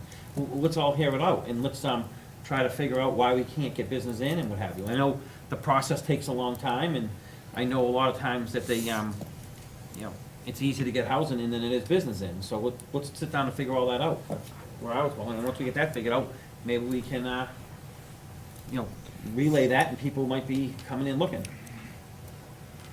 Or maybe they develop sort of a template or something that is provided to people who may have an interest in establishing a business here. So to make it more friendly, here's the step-by-step process that you go through. Yep. So maybe that committee puts something like that together. I think it needs to start, we'll have the conversation, and then we go, and we just kind of build it off of that. And I agree with Ed said, I think that, and Denise, I think you said it, I think there should be probably one person from planning, maybe someone from conservation, maybe someone from zoning board. And then we get a couple outside business people involved in it as well, and maybe have 5 people involved in it and try to, put something together. So are we looking at like a 5-member, 7-member board? I definitely committee? think you need to incorporate the boards in town, at least one person from them, Mhm. so that they can understand what the whole conversation's about and what have you. I definitely think you need to involve actual business people in Groveland so they can be Yep. heard. So I would say at least 5. Well, if you do planning, conservation, and zoning, then the town committee is gonna have a majority of that board. So do you do 7 so that you have, more business owners to representation from business offset the owners. town committees, or do you want more of a town-driven committee? I guess. I'd like to see more business people on, and. So you, maybe like a 7-member The committee. majority, That's probably the better. far majority being business owners, because you can get a lot of information from them, what they find difficult to start up, what they find difficult in running the business, or different permits. And then maybe bring in the town committees after that. I think this is one of the places where the town planner would be instrumental. And it also begs the question, I think the first question that ought to be answered by this committee is, why is Groveland viewed as anti-business? I think our bylaws prohibit a lot of businesses, and the areas that are business-owned do not have water or sewer. And I think that's a hindrance to companies that want to come here. Well, now, if that's one of the real causes, that's something that's not going to be overcome anytime soon. No water and sewer is, we're not going to spend $1 million to run water and sewer lines any But I think tomorrow or that's- next week. The industrial area is Salem, which doesn't have water or sewer. So you could certainly look at something for like the downtown area to try and bring businesses in there. But Federal Way downtown, does, though. I think, right? They're mostly residential homes. No, I mean, like, there's some vacant business spots in the square. Maybe try and attract, Not anymore. not anymore? Isn't The that- laundromat's back. Okay. Mortgage The companies in there. Mortgage company's in there. Your place, Zaz, I think, took over another section. That's pretty So- much So filled that's up. one of the issues, is the zoning where zoning allows business, doesn't have the infrastructure that really attracts business. That's gonna make it cost-effective for somebody to bring in a business. They're gonna have to spend a lot of money just to, Right, as when Bill Put Daly income came to before it. us, he contemplated running water to that site because there isn't water. So in order to put something there that's substantial, he may have to look into that type of thing, and I think someone else would as well. You know, I know we're not a city, but you get Walmart, I'm not saying, don't get me wrong, but what I'm trying to say is that you get businesses that Downtown if they wanna How set about up a Amazon? place, they may bring a water line in, They or they may, may yeah. bring a, you know what I mean? Well, the question that I That's have the- about that is how much space is there available for some entity? So I wouldn't want to spend a huge amount of time working on this if there's really limited space even available. So if you go down to Federal Way, if you took away that issue, how much space is available there? That I don't know. But I think that's part of our issue is we have such a small business and industrial area. right, so you're not gonna attract Joey's Joke Shop in a place like that because its cost is prohibitive. And I don't think you're gonna attract GE, who would have the money, because it's just not, it's out of the way. So I think we're caught between a rock and a hard place right now. So right now, the conversation we're having, and people watching this right now, is sitting there saying, well, the selectmen are saying, no, no, no, we haven't even tried. That's Well, how no, I'm no. taking the conversation. I mean, Yes, yes, but we will- have certain obstacles we've got to overcome in order to attract the businesses, right? Right, But but this might be the first step to use to then go to the planning board and say, we'd like to expand our business district. We've seen a need, we see that there's, some businesses that have a potential interest, but the infrastructure doesn't support it. Can we extend it here? Or, maybe this is the start of that discussion is, what is the need to decide if we really need to expand our zoning? And where can we expand it? And where can we expand? So maybe this is how you start that conversation, where you get people involved to actually do some work and see, how much availability there is in the existing zones and where you could potentially expand to. And then you could look at, what's available, what kind of business, Bill and I, we met with, local credit unions trying to get them into town. It's just, there's no availability for some of these people. There's no vacancies, or where they wanted to go, it wasn't really ideal. It's But worth so- the effort to start the conversation. So even a smaller Yeah. company, maybe if you build it, they will come kind of thing. We couldn't even get someone to build a location for them, so there is some interest. It's just a matter of getting it here. So why don't we do this, leaving this meeting, if I will call or go over to Deb's office, and maybe what I'll try and do is get a plan of where possibly business could be, and maybe it isn't worth it, so. Yeah, so I have this, I can give you the zoning map. Yeah. And you can see where it's currently zoned and see, I know they're looking to change the business district a little bit to include Parker Fence and 441 Main Street, because those are not listed as business right now. So in the town meeting, they're looking to at least zone that business. Really doesn't do much for other areas. But yeah, maybe see if there's some other availability where we could extend that And district. part of the conversation came about because when we had Mr. Daly in here, and he was talking about developing that big piece of land. So if you had this committee, and you had someone like him that wants to come in and they want to develop it, then you turn around and say, well, can we sit down with you and talk about maybe doing an industrial park? We sit with him and we talk to him like, we need this in Groveland. What can you do to give us the best project we can to help lower our taxes, et cetera, et cetera? But on the same token, we don't railroad them by saying, well, conservation this, or planning board that, or zoning board this. We try to work it out. And that's how they do it in most big cities and towns. You may have to, it's called deal, but making deals. I mean, not saying bad deals, but I'm saying work Negotiate. with the person to help them get in, to help the town get revenue. And Right, and I think I've said it in the past, I think we need somebody or some group to really create a, business prospectus for what the town of Groveland has to offer. We have our own light department with a low rate Right. that you're not gonna get in other communities. We do, we're not close to the highway, but we're not far. We have 495 and 95 within a reasonable distance. I think if someone could sort of produce a document that says, these are all the highlights to why you should bring your business to town. We don't have a Chamber of Commerce that really services Groveland. We don't have anything. So even if we had a committee sort of work on highlighting how to attract businesses here, and at least advertising us as far as that goes. right, and it could be as small as, it could be as small as you turn around and you look at it this perspective. You maybe have like, 3 weeks out of the summer, you have like, people come into our town, bicycle groups or whatever, you know what I mean, or, craft groups or something. That's all ways of trying to make us on the spotlight and what have you. So it's not only putting up a factory building, it's bigger. That's the conversation you have with these people.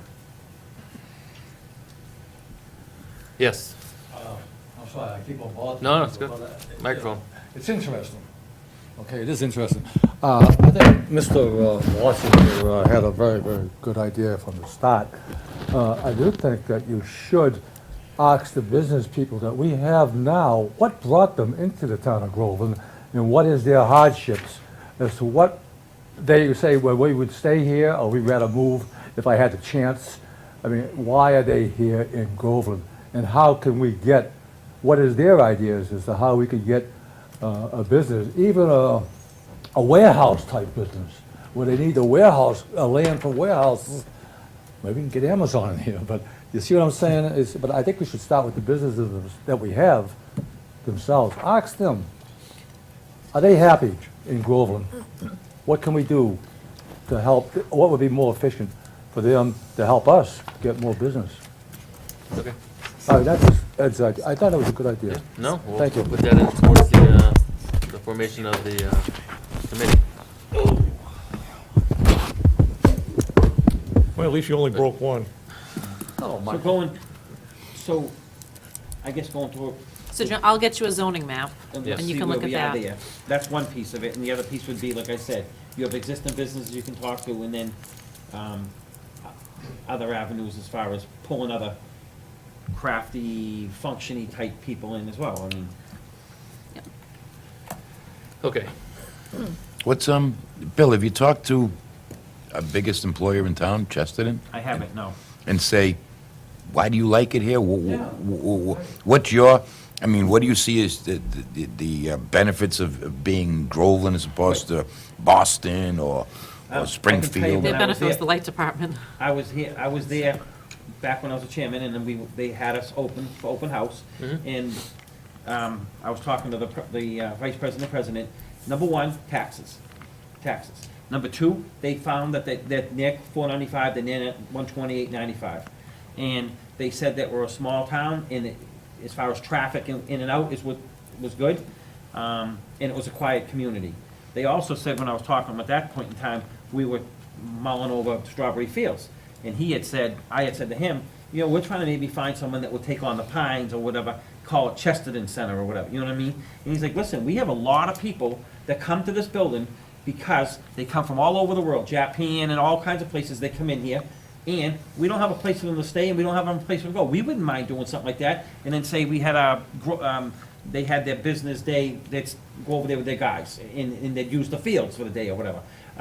And they could call it and donate the money back to town. Those are all different ways you can bring revenue into the town. Again, the same business thing, I know we're talking recreation, but the Pines, we may try to work something out, that same committee might work something out where we try to bring revenue in for the Pines and what have you. That's all part of it. It's very complicated, but I mean, I think it can be done, you know what I mean? And granted, we should be talking to Chesterton, because they are here, they are our biggest employer. They bring a lot of people into this town. You know. But they bring some good talking points. Right. Hey, this is why we like it, A, Right, B, yep, C, the exactly, bullet 100%. points Yep. that we should use to sell the Right. town to Exactly. Yep. other places, Yep. as opposed to the And they negative. closed their Stoneham plant to come here. And they closed it up and added on here. Another great bullet point. Right, so. One of the problems that they mentioned, that they didn't have any place to, for the people from out of town to stay. They said Right. the town needed a hotel or a motel for them to stay. I don't see that Good spot happening up on tomorrow. Federal Way. Bed and breakfast. all right, so we got marching orders for that? Yeah, I'm just gonna get the information for Denise and then Great. see where that brings us, and, Okay, I mean, are you guys, I guess I should say, are you guys on board to go forward with this? Or do you wanna just wait till I get to see what kind of area you have from Denise? I mean, well, it's definitely worth having the conversation, so we should at least move forward with the conversation. okay. All right, so next up, we have close the town meeting warrants. Denise, what do we have to do with that? So it's just a vote so that you're not accepting any, Any additional? Further warrants? correct. There are some that are pending, but they're all from departments, so this really closes it to like citizens petitions and things like that. So, does someone want to make a motion? I'll make a motion to close the town warrants, town meeting warrants, sorry. Can we get a second? I'll second it. Any further discussion? All those in favor? Yes. All right, next up, we have fiscal 19 budget and town meeting warrant article discussion. Does anybody have any other questions on the town budget? I know I went through a bunch last meeting. And if I may recommend, so right now, you need to vote this at your next meeting. I don't know if everyone will be comfortable with voting recommendations, or if you want to try and add an additional meeting in here. In the past, we've had many other budget meetings. We could certainly plan, if you're available next Monday, we could go through the whole budget next Monday. I just really want to get a feel for where you all stand. There haven't been a lot of questions over the last few weeks, so I For don't know myself, where I've you're gone through most of it, and I asked my questions last week, so I'm pretty okay with where I stand on it. Okay. We'll start down there. Bill, do you have anything else that you want to cover, or?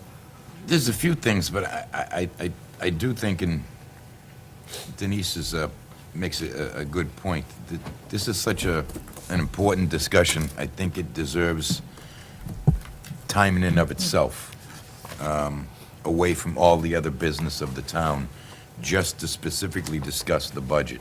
So if we were to spend an hour, even an hour and a half next Monday, I think it'd be well worth our time and energy so that everybody understands every facet of every page in the budget, so that we're all pulling the rope in the same direction when we get to town meeting. There's no questions, there's no misunderstandings. For $17 million, it's worth a couple of hours of my time, for sure. And so the Finance Board is wrapping up their departmental meetings this coming Wednesday, and then they're gonna start making their recommendations. So while they may not have all their recommendations done for next week, we should have actually quite a few of them. But I just want to make sure you will all be ready to vote this in order to get the warrant done and printed in enough time. That's what, like I said, we normally have extra meetings just for, as you said, nothing but the budget. So we can certainly talk now, I can answer any questions, or if you want to dedicate a night, we can do that as well. What's everyone's availability for the 26th? 26 is our, next Monday? Yeah. I'm not sure yet, I'm sorry. Bill? Yeah, $17 million, I'm here. Bill? I'm here. Ed? No, on the what was it, 26? 26? No, no, I'm not here. I'm out that week. Oh, right, you're going to go away. Now, the other question is it possible for the finance committee to give us like an 80-20? You know, pick the top line items that make up 80% of the budget, which shouldn't probably be no more than 10, 20 items, right? I think you're talking three. Three. The schools and your insurances, that's 80% of your budget. The schools are 65% So if as they it can is. finalize that, I mean, the rest is really, it's minutia, right? Right, I mean, when it comes down to it, it's, the school is, the school is the school, and the insurance costs are what they are. So when you get into sort of the individual budgets, I mean, in the past, we've cut $50 here, $100 there. I mean, that's what it might get down to. I'm a little more optimistic this year with some of our revenue projections, so I think we have a little more flexibility in what we can fund. But Just a quick question, Denise. Why is the accountant's salary going down? because we hired a new town accountant, and she's less hours a week. She's only 30 hours a week. Okay, so it's less hours than the previous. Correct. Okay, thank you. And that's why you'll see her expenses went up, because she is actively in the association. She is participating in the education program by the Mass Municipal Auditors, where the prior accountant did not do any of that. Okay. So we shifted salary line into the expense line. So it looks like Monday's out. Well, I mean, Bill has questions. I mean, we can Well, certainly I talk just- now. What I but- always do is I go through and I highlight all the pages on the increases, and I'll just flip through them real Yeah. quick. And I don't think people want to stay here all night, but.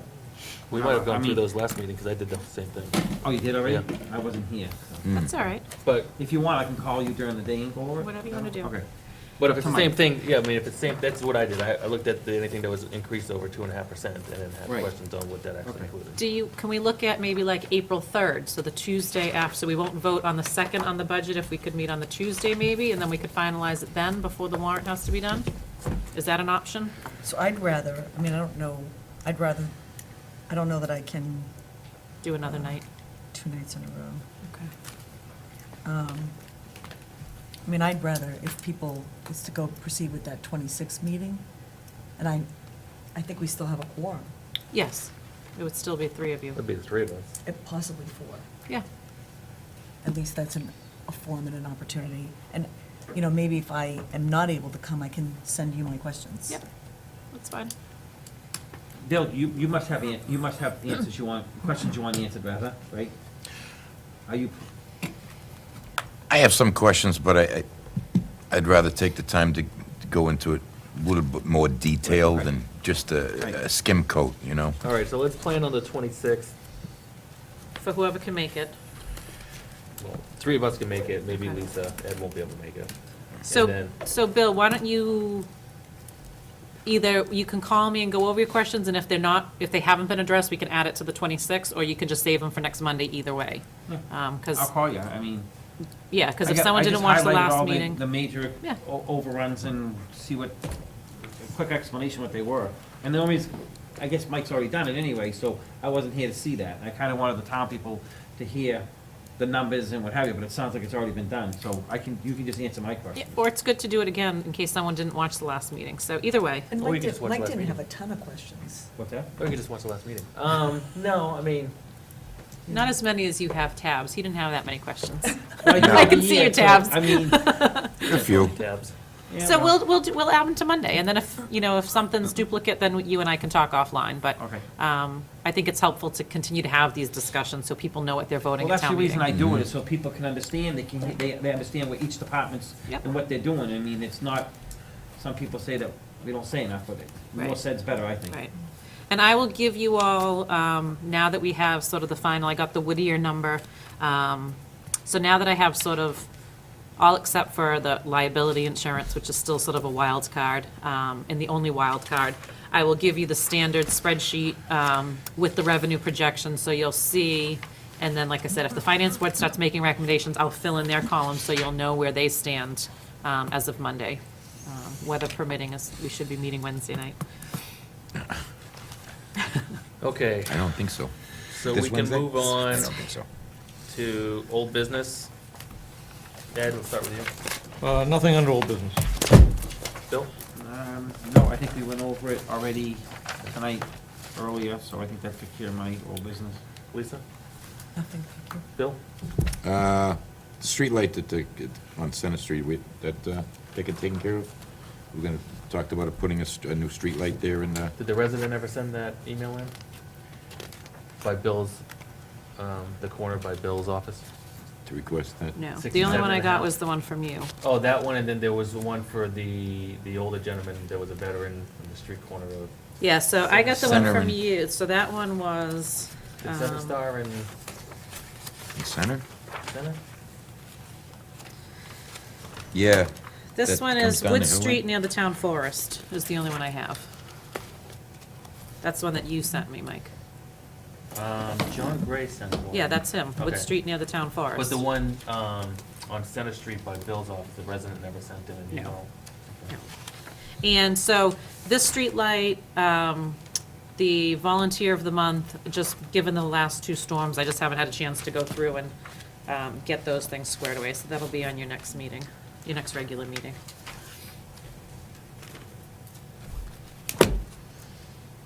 Anything else, Bill? Town planner, because that just came up just a couple of minutes ago. Have we got anywhere? Nope. So the planning board submitted their budget request to increase that salary from 35,000 to 45,000. However, they gave no direction as to how they wanted that spent. I didn't know if that, and I've talked to them, does it mean more hours? Are you just looking to increase the salary at 20 hours? They're sort of leaving it up to our discretion as to what we think we can hire with that money. That Right now, if- we can't hire anybody at 35, right? Correct. Correct. So is it just a matter of salary or is it a matter of hours? I will do a more in-depth salary survey, although I think at the 20 hours, I think 35,000 was pretty much right on. But we'll see if maybe it's, maybe we can do 25 hours and make it a little more enticing with a little higher hourly rate. I don't know. Should that pass town meeting, then I will advertise it right away for July 1st. Actually, we could start right away because the money's available. So if it passes, we can post it with the new salary and see what we get. Okay, and I guess, would the storm come under old business? I think that's future business and old business. So yes. All right, just, we're looking at another storm. Yes. Is there a coordinated plan now between highway and electric to, I know we were talking about getting the hangars, what they call the hangars, and any other potential trees or limbs that could come down that could disrupt power to sections or streets? I'm looking to be proactive here. Yep, so the highway has been out, I don't want to say around the clock, but pretty much most of their time dealing with those types of things.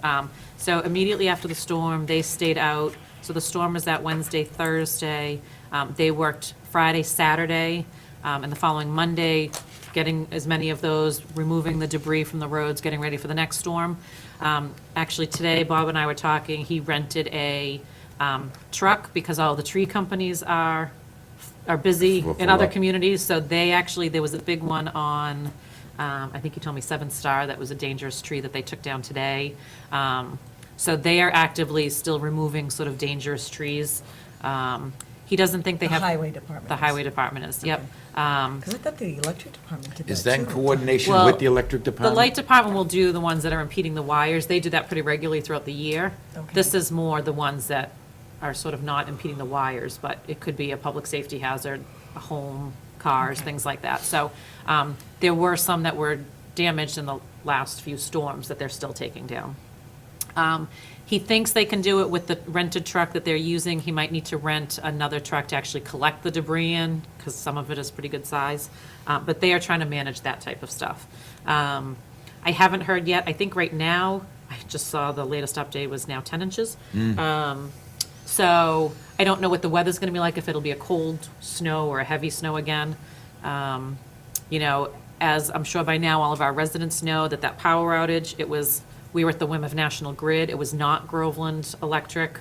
Somewhat of an anomaly. I've lived here 14 years and that's never happened. It is, and I had residents come in that day saying, we've been here 50 years and we've never lost power for more than an hour. So it was sort of an incredible situation for us that we were sort of at their whim. And I think while we were waiting and while we were getting updates from National Grid, which were limited, but everyone sort of sprung into action, as you know, that day, dealing with the worst-case scenario and the what if we were going to be out for 72 hours and how are we going to deal with this? And so we did have, great communication. Everyone got on board. I think if that situation came again, I think we're ready to deal with that now. I don't envision that happening. I really do think that was sort of just an anomaly to us. What's the protocol, though? Because we rarely have emergencies like that. Is the Board of Selectmen supposed to meet when there's an emergency like that? So you can, that is a matter of public health and public safety. So you certainly could have convened an emergency meeting if there were decisions to be made. Okay. There really weren't. It just happened by chance that Bill came into my office when we were meeting with emergency management, the police chief, and then Mike showed up, and then the light department came in, the water department. So we all sort of had a makeshift emergency operations center in my office just by chance. Little bunker. But we certainly could have, if there was a matter of, we need to put a shelter in place, we need to figure out resources, we need to appropriate or vote money. But I don't even think, I can't speak for everybody else, but, I called you and you told me what was going on, but there wasn't really a mechanism for even the communication piece. And I sort of feel some sense of responsibility, and I just don't know, I didn't know what to do. Right, so, we tried, we were, so in town hall, as you know, we had no phones, we had no internet. I was updating our website through my phone. I know Mike was posting on the town crier, so people were getting the message. I will tell you, the one criticism I got was that the town does not have a Facebook page. So over the weekend, I did create a Town of Groveland official town Facebook page that we will be launching soon, that will automatically link to our website. So when we post news, it'll go to Facebook, and when we send out a code red call, it would go right to Facebook. So, because people had complained that they have been not accepted to the town crier for many months, so they weren't getting that information. After what happened to Facebook today, that may not be an option much longer I either. know, but so that's why I try and actively update our website as we can, but I know people don't go there as a first resource, so. Yeah. So after I talked to you and you said that you got the school call and then we could put out a townwide call, but really before then, we didn't have much information.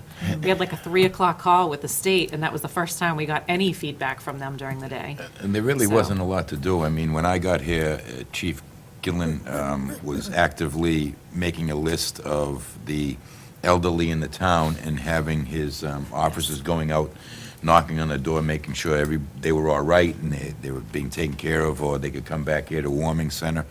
But Mike will tell you too, he showed up shortly after I did. There wasn't a lot for us to do. We had no power. We were basically at the whim of the storm and waiting for some assistance from MEMA. And I think the phone thankfully, call our was good, though. I know. Lieutenant Governor Yeah. spoke up forcefully because National Grid had told us, they don't really know. And she really made a point of making them give us a day, and that's when they said Sunday. They were lucky if we could get Right. our power back on Sunday, which caused a lot of people to scramble. Fortunately for us, it came back early, but really, it's... But we had the resources, we have the generator, we had people here throughout the day, and I know at the fire station, we had about 20 people that night. So we did have, the benefit is the generator here. People were sitting in the hallway charging their equipment, they were coming in here, playing games. The Council on Aging was making some soup for people as they came in. I mean, we did what we could that day, and then, like I said, the fire department, I know they went out and got some calzones, they made some coffee, so people could have something to eat there. It was good for not really planning that. We really could put those resources together. All departments jumped on board, did what they needed to do. So again, I'm confident if we needed to, we could certainly recreate that. I just don't think, well, I would hope we're not in that situation again. I think would that was hope not such a either. bizarre At least the departments that event. were here. Right. Is that for old business? Is the senior citizen center, is it connected to the generator? I mean, The senior center's in this hallway here. They're right here. Not the senior citizen center. Oh, yeah, it's connected? They're in this building. The Council on Okay. Aging's in this Okay. building. All set for old Yep. business? Yeah, that's it. All right, we have selectmen reports. Bill, did you have anything for that? The one that was canceled due to storm. Yeah. It's this week, right? Lisa? Thursday. It's this week, Thursday, but I don't know if that'll happen either. Who Ed, knows? you don't have any selectmen? Nope. No? Okay. We have correspondence, we have executive session minutes from March 5th, 2018. And now we have finance director's time. Yes, so, just to retouch on the storm, I do want to reiterate again, a thank you to the light department, the highway department, the water and sewer departments, police and fire departments, all for their outstanding job during that March 7th and 8th storm. And again, for everyone's efforts on the 13th storm. Sort of a remarkable month with 3 nor'easters so far, possibly 4 and 5 coming our way. So thank you to all the departments that really stepped up on those days. Today was the final day for candidates to turn in their nomination papers to the town clerk's office. The last day to withdraw from the election is Monday, April 9th. On Wednesday, April 18th, in this room, at 7 PM, there will be a presentation on the proposed senior center. So as I said, I got the figures this morning. I will be forwarding those correspondence off to you all, and will likely put them on your next agenda. Although they said if it's not needed, if you don't need a full presentation, they'll just come in and talk about their project. Wednesday, April 25th will be candidates' night. It will be a week earlier than normal because the room is taken on the night that they originally have it between town meeting and the election, so it will be before town meeting this year. What night is that? Wednesday, April 25th. And then just a reminder that town meeting is Monday, April 30th, and the election is Monday, May 7th. Is that it? Yep. Okay. Selectmen time. Ed, do you have anything for Selectmen's time? Yes, just one. Maybe we could get word out to the water department and see if they can do something about that hole that, out on School Street where, that new section of road, I know I mentioned it before, Where the water main break was where the done? water main break is. This is the one, if you come out of Center Street, to the left, up by Doris or Wilbur Avenue, up in that area, that seems to be getting progressively worse. Yeah, so Ed, I spoke with them. It's they can't patch it in this weather. So the material that's used, it needs to be warmer out before they can fill that. They are aware of it, and they do plan to take care of it once it gets a little bit warmer. Perhaps a temporary patch of some sort. Yeah, I can talk to them. I I know know they- whatever the composite is, they couldn't do it when it's I this know they're cold. gonna do something in the spring, they're gonna repair it and infrared it, but something needs to be done temporarily.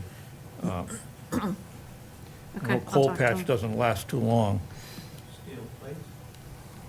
You know, it's getting that bad. Was that it? That's it. Bill? Lisa? So I just wanted to thank Denise. I thought that she did a phenomenal job with the storm. It's pretty unprecedented, and I thought that you were very able to sort of manage sort of all the balls in the air. We've never had to have a warming center or do some of the things that we've done, and I thought you really stepped up and did a great job. Thank you. Bill? I have to concur with my fellow selectmen here, as I witnessed the extraordinary efforts and coordinated efforts of many people in the town, and I want to extend my sincere gratitude to the police, to the fire, to Denise, to the many volunteers that went out there and knocked on the doors of the elderly residents that you knew to make sure they were all right, and to the extraordinary citizens we have here in town.